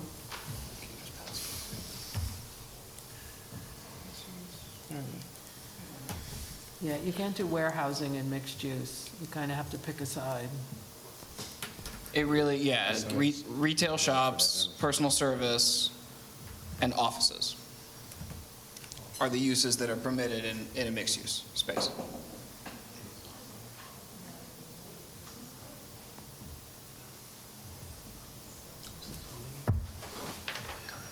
What is it, HB you said? HB. Yeah, just fully.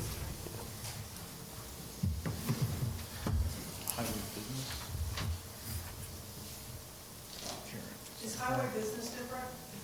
This is highway business. It's the highway business. That's what HB All right, well, we definitely will have to look at the, nail down specifically what they were doing. I believe we were under the impression initially that there was an opportunity with the warehouse classification, with the mixed use, that we'd be able to keep the residential. Take a look at the uses that are permitted under mixed use. Also take a look at the special permit language for mixed use, because there are proportional square footage requirements. And various other requirements specific to that special permit.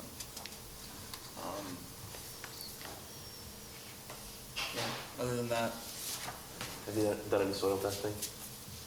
I don't believe they've done any soil testing yet. This is very, very, Yeah, conceptual, yeah. very conceptual initial. And I get that. The only reason why I bring that up is because literally right across the street, they had to build one of those big fill systems. Mega fill? Yeah, because the soils are so lousy, so maybe. A lot of shale, a lot of rock, I think it was all like hard pan. Hard pan? So maybe worth poking a couple holes to see what you got.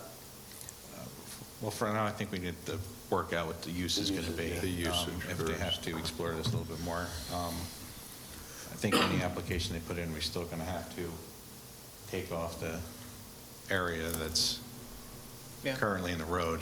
I would also mention the conceptual mentions that this would be an amended site plan, because you're looking to pursue a mixed use, that's a special permit, so it would also be a special permit application, and because you are modifying the tax parcel, it will also require a subdivision application. Is it well and septic? Yes, the existing well, they would use that to provide for both sites, keeping it under. Use the one well for both sites? Keep it under 5, yes. Okay. But there'd be bathrooms in the new one, right? Yeah. Just Probably employee. Department of Health. We would put we're showing the septic in the southeastern corner. It's in the general vicinity of the existing septic in that area, so we're hopeful it's a viable location for a small system, probably infiltrators of some sort to try to reduce the size. Is there any way against to get away with the shared driveway? We can come off of Smithtown Road. What is the front of the building? We're picturing the front being Smithtown Road. And There would be a dual frontage lot. Okay. But If they're compatible uses, I think a shared driveway is, because it's more of an interconnected driveway versus like a shared, it's still one property.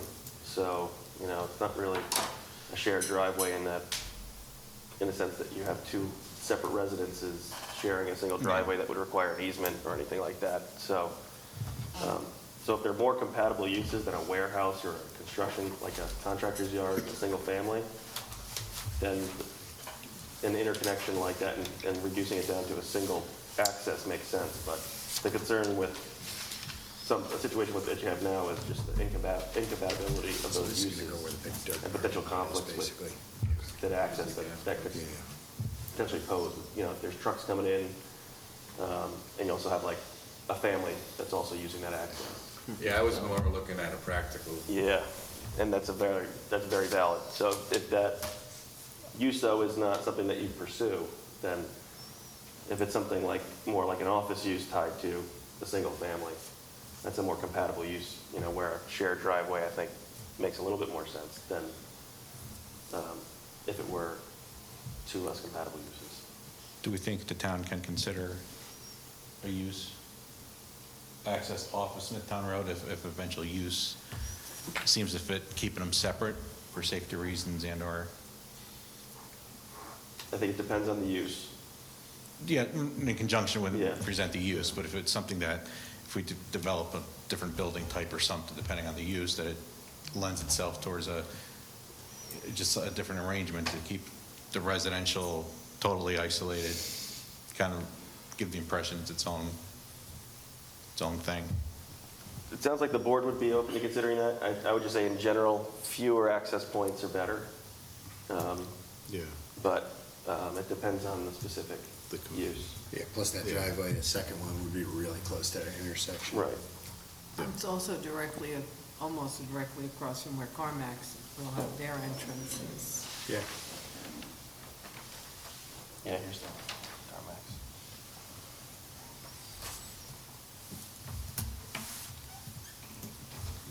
I don't think it's a hard no, it's just, it depends.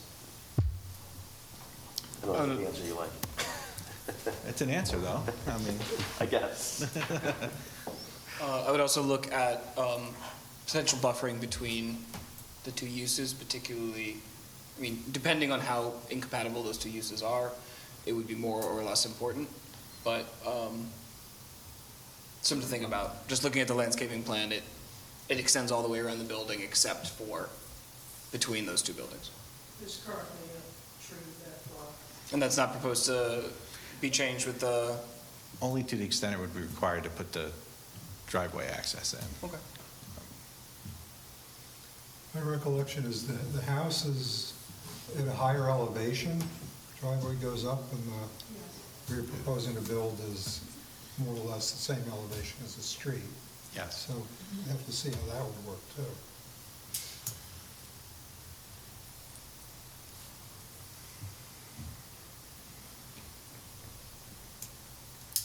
All right. Is this something that's worth another conceptual submission? I mean, I think, Or a phone call maybe with Barbara?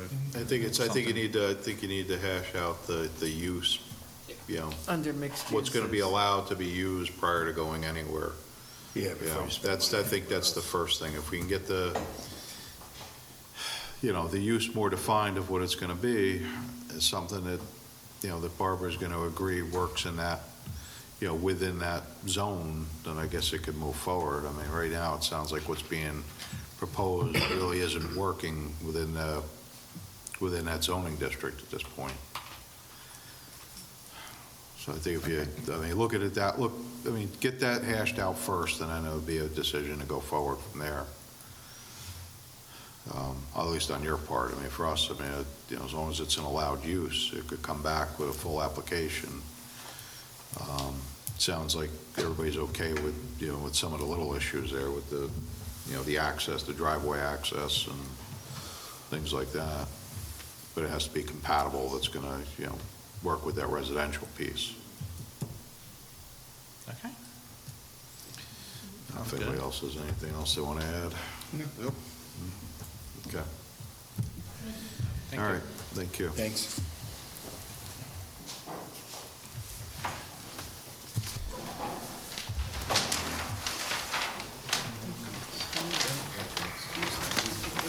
All right, so our next item on the agenda this evening is Hudson Valley Scrap King.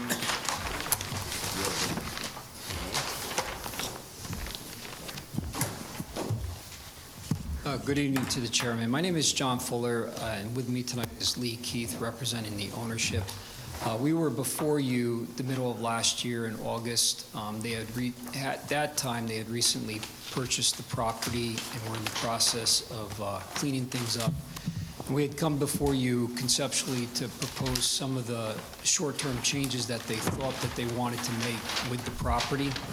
And over the last, I'll say half a year, they worked extensively on cleaning up the property since owning it, and working with the DEC, among other agencies, to clean up the property and get it into a much better condition as it is today.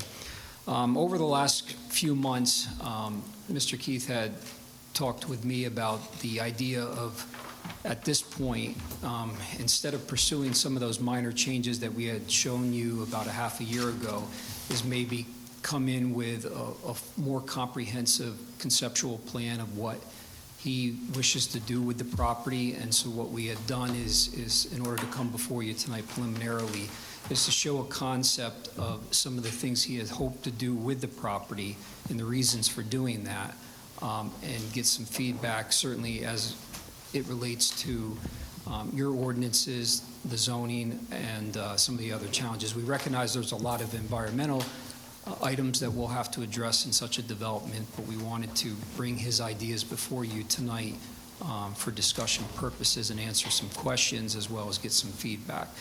So what we had done, this is In the conceptual plans I had given you, we showed you the existing conditions as they are today. We did have a flyover survey done, which delineated that. Again, I'll let him speak to a lot of the cleanup that he's done with the property in the last several months since they took ownership of it. One of his visions, which he had always had, which was the idea of maintaining the scrap business, but moving it to a different location on the property. And mind you, the parcels that they bought, there's actually 3 individual parcels, and we recognize that. But moved the scrap operation, which they've consolidated significantly from what it has been in the past, move that to a different location and pursue the opportunity of doing outdoor athletic fields or recreation fields, as well as a building that would house indoor recreation at certain times of the year. And so we wanted to come with that concept for you tonight, again, to discuss how it fits within the zoning and certainly some of the challenges that we may have relative to town ordinance items, recognizing that we also have a number of environmental things that we'll have to address as we go through this. With that, I want to let Lee just talk a little bit about what they've done with the property over the last several months and his vision of this. Good evening, everyone. I think just to give you guys the quick condensed version, many of you who've been in the community for quite some time, I think have known about what we would call just an eyesore. So when we acquired the property, number one, obviously we couldn't really move forward when you have hundreds of cars, thousands of tires, and obviously as you start to dig in, the cleanup just gets further and further. We had budgeted and, scheduled a timeline for, okay, we could come and knock this out in 3 months. Right, 6 months later, we're still on site doing the cleanup. Now we're going 18 inches deep. Going through, have a large screener on site, working with the DEC just to make sure we are in compliance and moving in the right direction. It's always been of our mindset to make sure that we are a good neighbor to the town. So we're getting to the point where probably in the next 30 to 45 days, we'll be wanting to go to the next step, and that would be taking down buildings to create space to put up new buildings and starting to that next phase. Right now, we're still in the cleanup phase, so we've been kind of jockeying and obviously doing a lot of planning and trying to move pieces around to see what might be feasible and not. And obviously, no pun intended, but after the feasibility study was completed, we realized that, okay, there was an actual desire for a facility in the area, which, in speaking to some of the local sports clubs, organizations, they began to get very excited about the potential of something, which in turn further excited us and felt that we would actually be bringing something that could be amazing to the town, which is what we want to do. Again, we've invested an extensive amount of money in the cleanup to get it where it is at this juncture. And I believe last time, we implore you guys to come out and just see.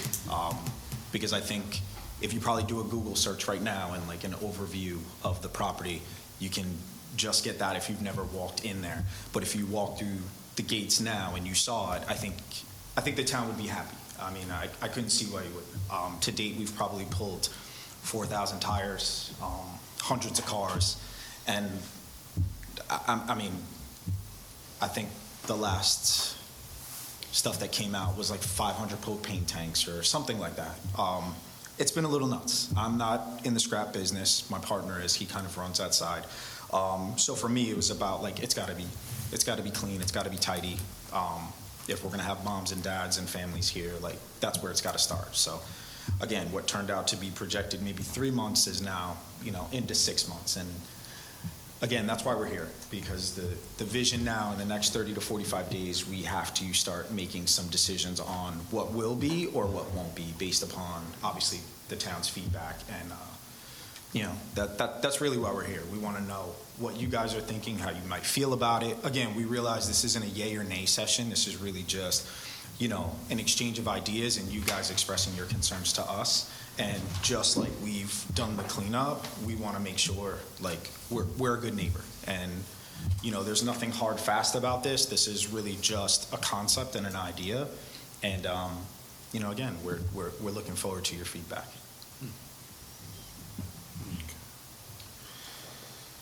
Okay, I guess we'll start with any questions that you have relative to what we're proposing, and then certainly, I'm sure your consultants will have a number of comments.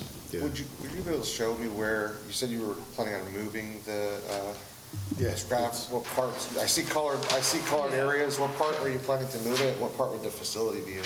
So currently, the property encompasses, or the existing operation encompasses 3 parcels of land. There's actually just under an acre parcel here, there's a 4-acre piece here, and then there's a much larger 26-acre parcel, of which most of the back half is wetlands.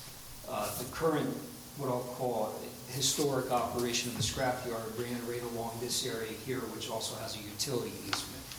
So what we're proposing to do conceptually is, we had a desire to have a couple of athletic fields, one would be, in the front portion, this being the 5-acre piece. Again, this is blown up now from this front sheet that I just had. This would be the almost 5-acre of land, which is those 2 parcels here. And then this is the back area, which is currently all scrap. So what he's looking to do. Hold on a second. Is the scrap business pretty much comes in this acre piece, just under 1-acre piece here, and is consolidated here. They're looking to move that over to this area here. Again, currently it's right here. They want to move it over here and pretty much contain it all within structures. It would not be what it's been, which is, garbage all over the land. It would be consolidated. And I can really speak to that about how we'll actually be inside. So how far south of the entrance would that scrap facility be? So the three houses that are just south of your 5-acre lot? Yeah. It would be behind them. Okay. We can talk about screening and all that, but there's actually a utility easement, which is a clearing. I see it, yeah. Yeah, and so it would be in that area there. Prior to, for probably 10 years, there were large trailers shown along here. I see it, yeah. You might be able to see it on a Google. The old maps. Yeah. So you can see there's, just from an overhead, it was overwhelming walking the site, but even from an overhead view, you can see it was 20 acres of scrap. So when you pull into the scrapyard, going to the left where the facility currently is, right, then you got that buffer to this couple of houses. What's going to happen with all that if you're moving the facility to the south? So you come into the existing facility here, Yeah. and you're saying to the left here? Yeah. So we're looking to do an athletic field in that area. Okay. That's the external athletic field or the building? That would be external, yes. So what I've represented is green, and then we're showing a building footprint, which is quite large. More than likely, it'll end up being a little bit smaller.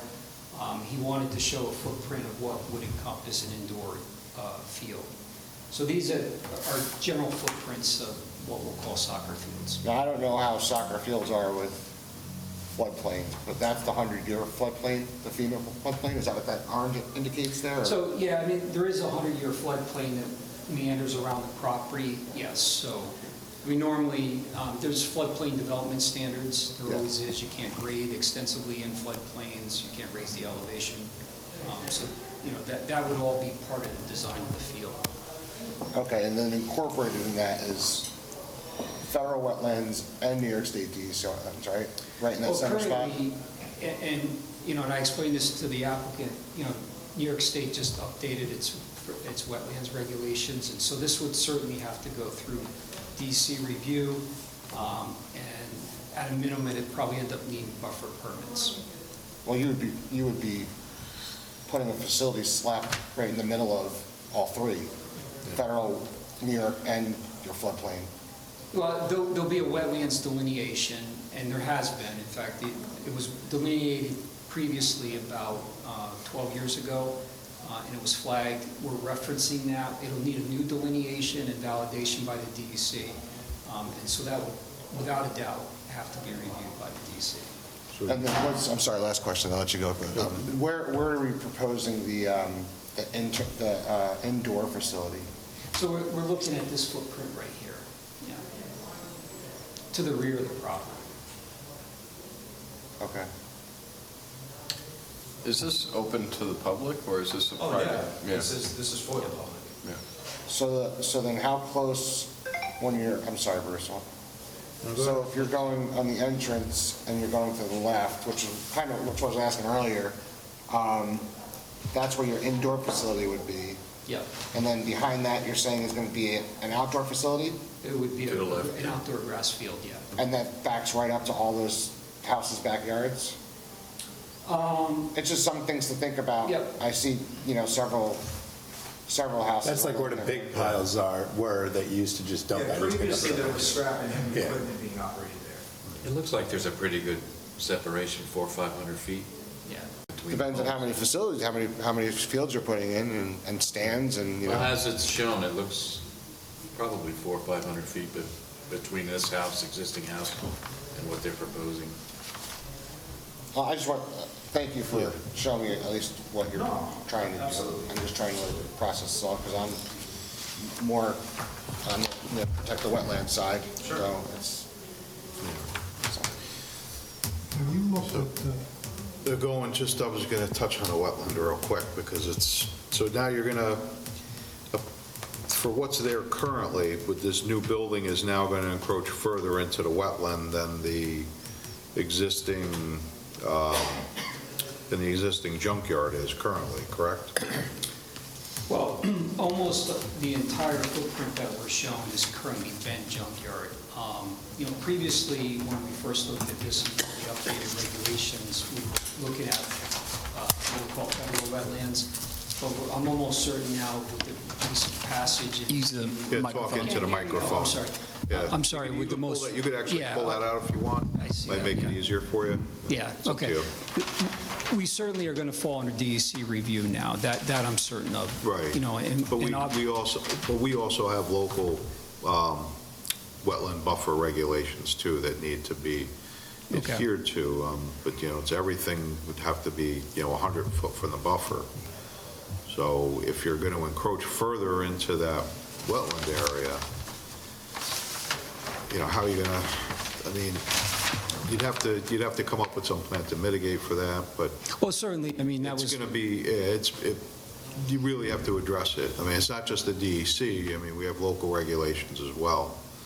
And we'll review those. Is there a way that you could maneuver that around where you wouldn't have the building In the per wetlands, se yeah. into the wetlands, and you can swap something out to maybe make the building in another location where you won't affect the wetland, but then you could put the field possibly into the wetland with some type of remediation. Yeah, certainly, or, we mitigation, can look yeah. at moving the building. We actually considered putting the building in the front area, or maybe move the building over here and swapping it out. So those are all absolutely possibilities. Yeah, and just so it's clear, again, what we have here is not, there's nothing hard fast. No, Right. No. Getting into this project, we realize there's I'm just throwing it out there for you, just to get the thought process going. I think the because reservation for all of us, and I can speak for all of us, is that a lot of people come up to this board asking to get in the wetlands, and we have a hard no that we're not with it, but we're seeing that this is good for the town. If we open up that door, we're getting back people that have been denied coming in here saying, that's fair for you guys, but not for them. But something like this, seems, if there's a way to make this work. Yeah, well, and again, we understand this is why we wanted to bring the concept to you guys and just be straightforward and transparent. One, hey, look, just to show what we've already done in terms of the cleanup, right, prior to this. And then the next step is just to have that free-flowing dialogue of, hey, just give us some direction. There's nothing hard fast. We've played around with a number of configurations. We want to be a good partner to the town. This isn't, the last thing I want it to be is adversary.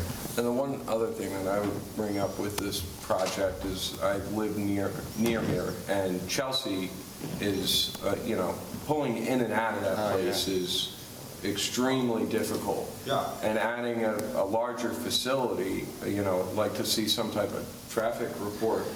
DOT is gonna. Yeah.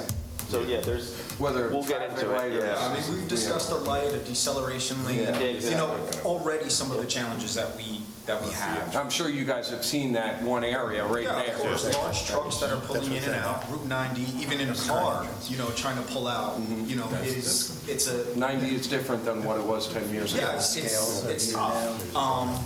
You know, so I think that's why we wanted to look at having obviously a separate entrance, you know, where, you know, parents and people who are coming to. Separate from the scrap yard. Facility versus, you know, a large truck, so we don't have that. So, one of the other, where would you propose parking? And how many fields, like, were you thinking? I'm just curious, like. Just 2 fields. Okay, so two outdoor fields fields. and then one indoor field, or? Correct. Okay. So where would you propose parking? Just Well, most of the parking were delineated in the front. And just to clarify that, we're showing the parking in the front, just off the highway. In our conceptual view of this, we wanted to demonstrate parking in the event that they were hosting large events. But the day-to-day, week-to-week usage of the facility is not going to be very large. It's mostly going to be designed for teams to practice, maybe have a game. There may be a larger event, you know, once every period of time, and I'll let Lee speak to that, where there may be the need for more parking, which is what we tried to demonstrate. But the day in and day out need for the facility won't involve all that parking. Yeah. One of the things that struck me when I looked at this, and I realize this is still conceptual, but traffic and how you get in and out and how you make it safely is one of the really big challenges here. Yeah. And we're all familiar with the ins and outs. And Yeah, I think part of that is why we wanted to try and, for lack of a better word, divide and conquer, right? And not have everything going through one funnel. And then again, as John and I had gone through the process and just tossing back, you know, different ideas, even existing, you know, the things that we found are problematic, right? Just coming in and out of the facility right now and not adding anything else. But again, a deceleration lane, maybe a light, you know, something of that nature that would help manage that potential concern. Excuse So, me. go ahead. So the junkyard pre-existed zoning, but now you're looking to put an entertainment. This is an R40, R80 zone. It's not permitted in the zone. So this would need a rezone from the town board to move forward. So before we get any deeper into wetlands, Okay, they right. have Yeah, to they go still to the got, town they board. have the first hurdle to get across before it could even technically come to a full submission to us. I would also like to add, so there are 3 tax parcels, 2 in the front, 1 in the back. What you're showing right now is indoor and outdoor fields for entertainment, recreation use on the back, as well as your consolidated scrap. And a field up front. And a field up front, but that's on a different parcel. And some of the scrap function is on the front parcel. What I would point out is that this application, in order to move forward, in addition to the rezone, would require an artful subdivision, because you cannot have 2 principal uses on the same tax parcel. We talked about that. Okay. So that would definitely need to be a part of this.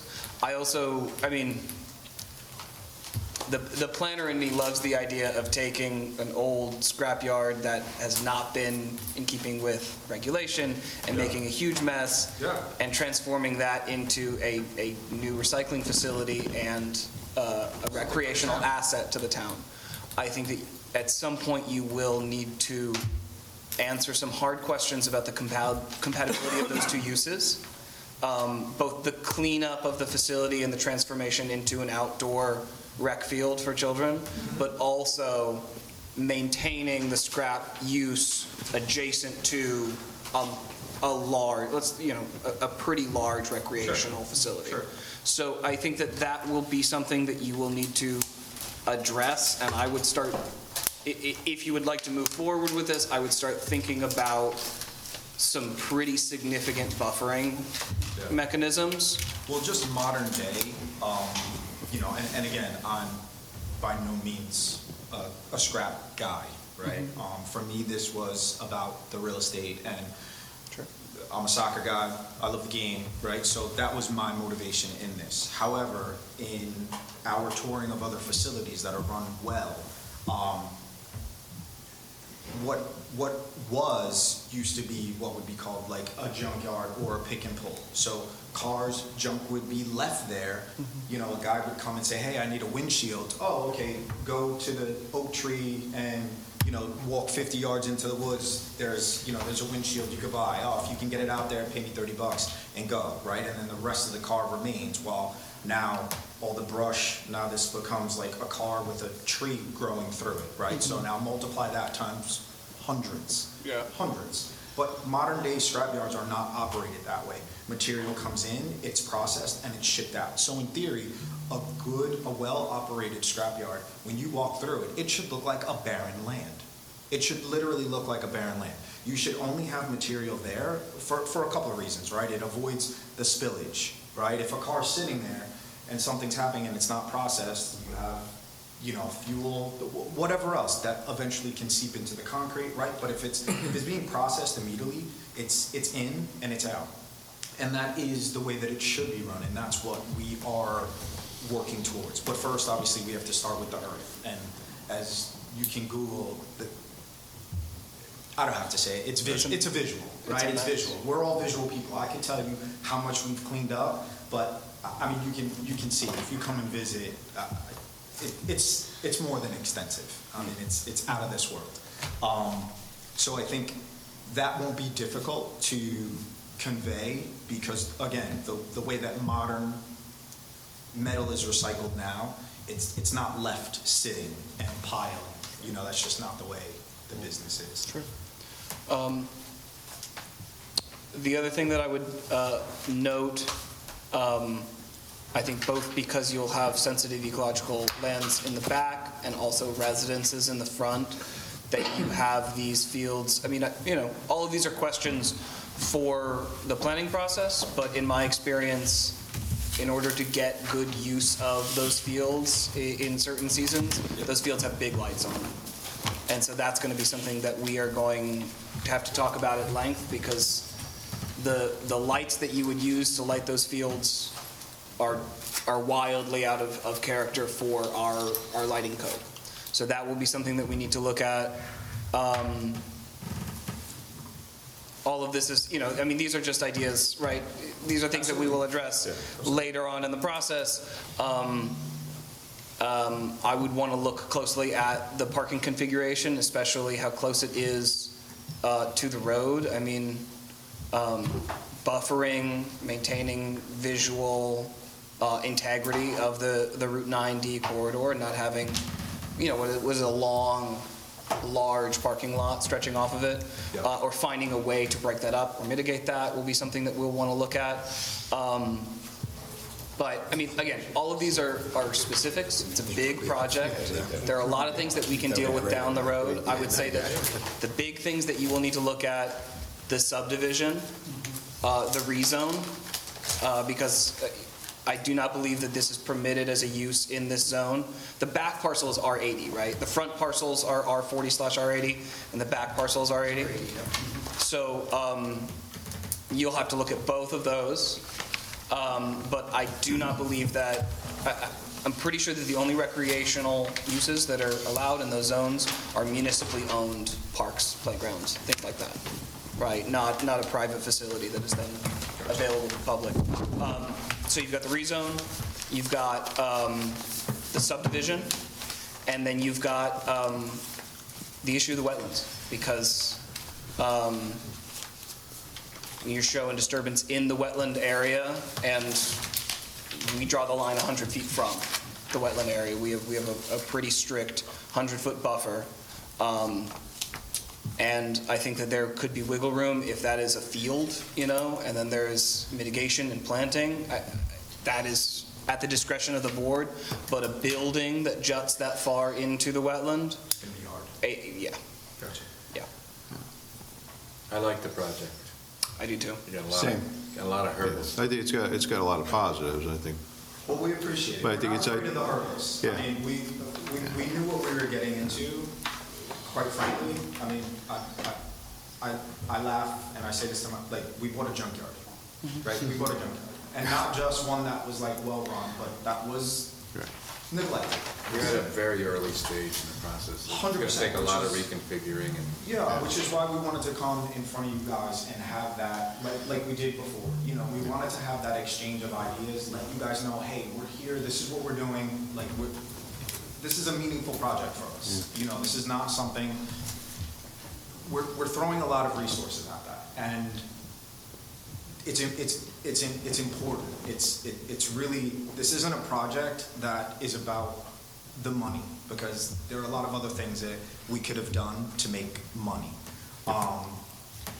At this juncture, it's really about creating legacy and providing something for the kids, so that when we're all gone and everybody that was involved in this project, there's something that lives beyond us. And just one little thing, just, you know, right now, the property is owned by an entity by the name of Hudson Valley Scrap Kings, but what it is run by is an entity called BLR, which is like a play on words for baller, but it means believe, love, respect. So, you know, that's kind of like where we operate from. That's our ethos, and that's what this project is really, really about. So I just wanted to kind of say that, so you guys got a full scope of, you know, we're not just real estate developers like guys from Long Island in here with a couple dollars trying to make money off the local community. Like, we're from here, you know, and we want to create something that could be a lasting impression. Just one last thing that I would add, because I saw your EAF mapper pinned to the back of your packet. So I know you're already thinking about this, but with the subdivision, the rezone, the uses adjacent, the traffic implications, the wetlands, I would start looking at whether or not you can easily call this a type 1 action, or if this is an unlisted, depending on what it is you want to do. I'm imagining that this is going to be a type 1 action, and that this is going to require some. It's a rezone, I think it has to be. Yeah. So some pretty extensive seeker review with coordination with the town board. So just consider that in your mental roadmap of what lies ahead. Understood. And I just have one question. So on this 4-acre parcel, contingent upon the subdividing everything else, is there a way to get the approval to begin the clearing process on that 4-acre parcel? Or we have to subdivide first and do those other Is that where the old house is? No, not yet. the 4-acre parcel was brought in a couple of years ago. I say a couple, I don't know, 10 years ago. And the junkyard wanted to use it. And at the time, they were only allowed to put a berm and I believe like 18 parking spaces, and the rest had to stay green and untouched. So by clearing, what do you mean? Removing the trees, starting that process. And the only reason why is, okay, understood. John, have you had any conversations with DOT yet? I know it's very early, but. No, I haven't. Okay. So I will, I need to do that. Okay. I can just imagine seeing the 100 cars. Yeah, I mean, do you have an idea of how many trips it's going to generate, what your traffic for peak events, study will look Well, like? it really, as I indicated earlier, the day-to-day won't be very large, Right. but there will be those peak events if they're like Tournaments and hosting a stuff, tournament, yeah.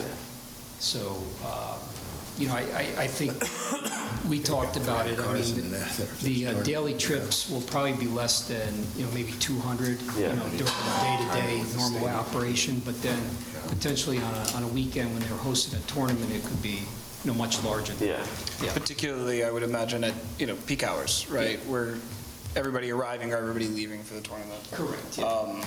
And then adding on top of that, the daily operations for the scrapyard.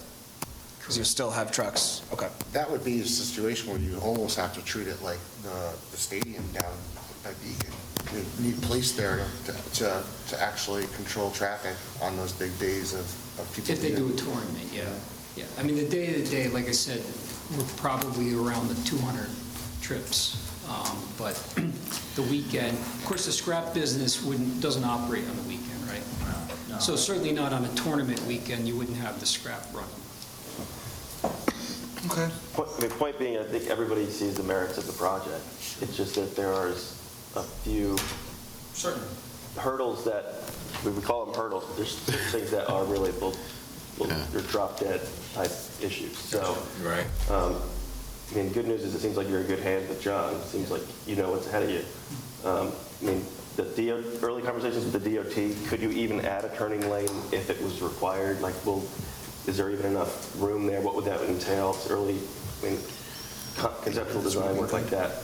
Stormwater, I mean, you're taking up acres of land with impervious, and you're already up against wetlands. So, like, what are you doing with stormwater? And certainly, are you going to have restroom facilities? You know, so well and septic. You know, so it's just very early on. I mean, right now the board can't even comment on the appropriateness of the application because it's not allowed in zoning. So they can't tell you much other than in the past we denied wetland applications. You know, because that was what we do. So they've already given you their 2 cents. So. I have one last, I don't say last, I can't speak.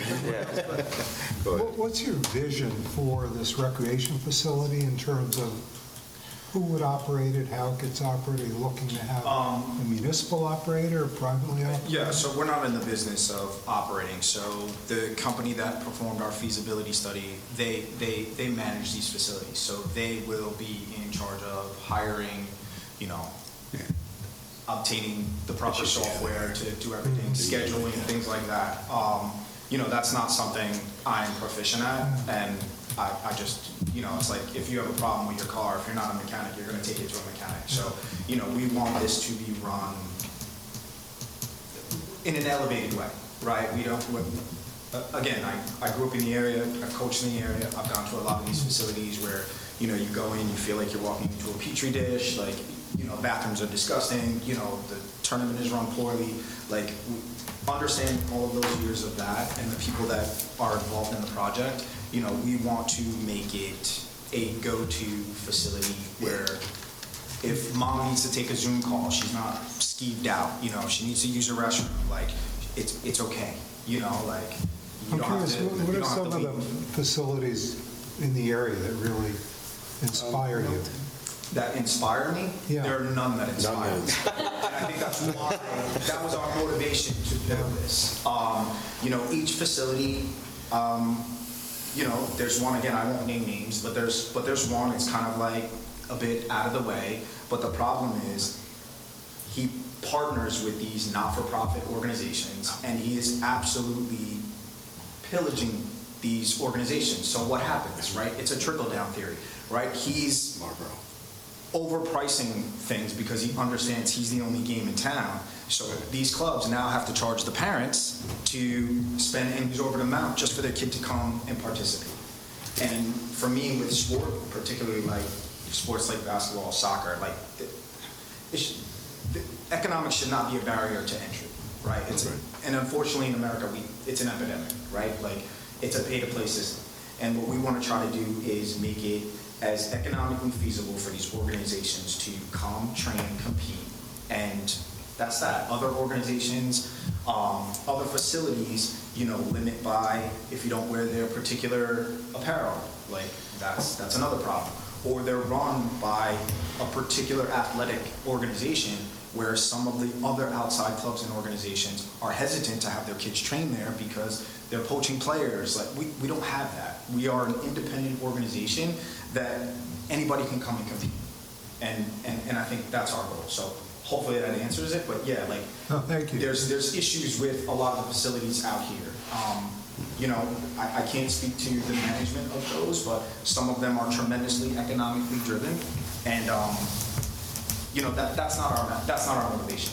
You know, I feel like if we do it right, long term, yeah, hopefully we break even, right? That's the goal.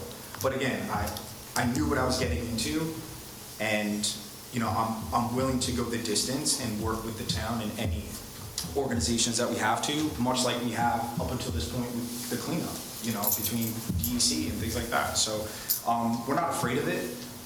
It's just about getting the right direction so that we're not spending excessive dollars. I had one question for the benefit of the board, which would just be a comparable site, whether it be a park or another facility of a similar scale that might be familiar to them. Yeah. State one? Anyone that would be comparable in scale that they could be familiar with or look up on Google Maps. It's relatively new, is a facility in Chester, built by Capelli Sports. It's in Chester. Many of you have heard of the Milton Dome, but it won't be comparable because that's a dome. This is going to be, a structure. But those are two that are relatively close. They're obviously sprinkled through Orange County. But we just feel with being involved in the local sports arena and understanding some of the problems, right? I think we will be able to build just a better run, better facility, and without some of the hurdles and obstacles or restrictions that some of those other facilities operate by, and those guidelines. We don't have those same stringent guidelines. So if I could just ask. Come up to the mic. Come up to the podium, speaking in a microphone. This is Matt Dorcas, our Chief Marketing Officer. Hi, Matt Dorcas, BLR's Chief Marketing Officer. The one thing I wanted to address too is that we are building this facility with technology. We're not just putting up some walls and putting in some grass, right? So to your point with the lighting, we are investing in LED technology where it cuts off. There is no bleed out, right? So we're looking at, for indoors, sound dampening technology, right? So I don't know if you've ever been to these facilities, but sometimes it gets very loud with kids screaming and yelling and stuff like that. So we are building an elevated experience, so we are building a facility of today with today's technology, which is phenomenal. So just wanted to add. Well, I will say this. I mean, I didn't realize we were such a shortage of these types of locations in our area. I mean, I see you have your passion. I hope there's a way that this works, but if not, I hope you don't lose the vision for Wappinger. I'm sure there's got to be a place somewhere that if this particular lot doesn't work, that does work, where you can still go ahead with that dream and make it happen. I see the need, and it's just really doing it to where it's legal and right for everyone. Yeah, I mean, we've expended a tremendous amount of money to do the feasibility study to make sure that I understand that the area is going to work for you. Yeah. So I mean, obviously, listen, everybody's in favor of it. I don't think there's any real concern, but I think you need to go through the process before we can even touch it. It was said that we need to get the zoning amended in order to make this work within the current zone. So I mean, your first trip will be to the town board to work on the change in zoning. And then after that, once they approve it, then I guess, it could come back to us and move forward, and, we could go through all the rest of it through the site plan approval and subdivision approval and whatever else is going to be, needs to be addressed. So you'll have to go through everything to get your final approval to build out. So, but the first thing is obviously the town board. So if you start with them, and then hopefully everything goes well there, and we look forward to having you come back with a full site plan approval. Plenty of progress. Thank you. Thanks. Okay. All right. Have a good evening. All right. You too. Have a good night. Okay. So with that, we're down to the end of the agenda. So if nobody has anything else to discuss this evening. Wait. Oh. So I just need to bring this to your attention. Right on the street that we live on, I know there's a song, something like that. We live on. This is the building that you approved up the street at 33 Middlebush. Okay. That's not what's built. Well, I know, that's why I'm here. So it's close, but I think it's the color. So it's yellow. This that looks gray is really just shade. So it's supposed to be a yellow building, and unfortunately, this building doesn't really, my color printer doesn't show it, it's really slate blue. Yeah. Pretty dark. Yep. There's a few other little minor things. The dormers look like one window where it was proposed to be bigger dormers with 2 windows. There's a field change on the back part that sticks out instead of the door facing like all the others, it's on the side. I mean, it could be a field change if everything else was okay. But before they're ready for CO, which won't be anytime soon, I just want to know how you feel about slate blue. Otherwise, I'm going to have to bring him in now, but I just thought I'd ask you first. I kind of thought the color looked good over there when I drove by. Yeah, so did I. Yeah, I haven't No, it been over does, by but the there point is, recently. I don't want to get to a CO, and then it's like, it doesn't match. Was that building sold, property sold? Not to my knowledge, he's trying. I thought they were going to use it for their existing use.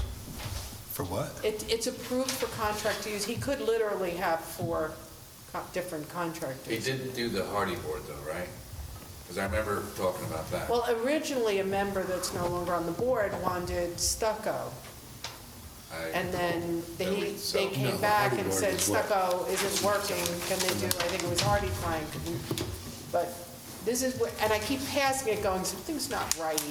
So we pull the plants out, and I'm like, I knew the color was off. I don't recall the color. I don't have a problem with the Well, I said, I kept saying it's white or good. yellow. I think it looks good. Yeah. So if the board's okay with this, I need to know, Are they gonna put the awnings on the doors? I don't know, he's not done, so. I he mean, would I have like to. this I mean, picture. that I like this minimally. picture better. Yeah. When was this approved? I don't know, 3 years ago, probably? 2, 4? 3 years. No, they were just, I was back in front of us not too long ago. It might have been amended. The first approval We've been was, talking about it. yeah, that's what it was, it lapsed, he had to come back to get it. I'm good with the color. I don't know about these guys. You guys So are the good with color, so, right? all right, so with the color, it's fine, but what about materials that we discussed? Well, that was supposed to be Well, again, the that's concrete why- board on the It's sides supposed to be outside. hardy, right? Huh? It was supposed to be the concrete board on It's the not outside. vinyl, is it? Well, I don't know, that's what I'm saying, because you brought up about the hardy plank. Well, that's what we Versus- signed off on. Yeah. Right. So would you like Mr. Favala to make a visit and meet with you as a miscellaneous? I want to see the awnings.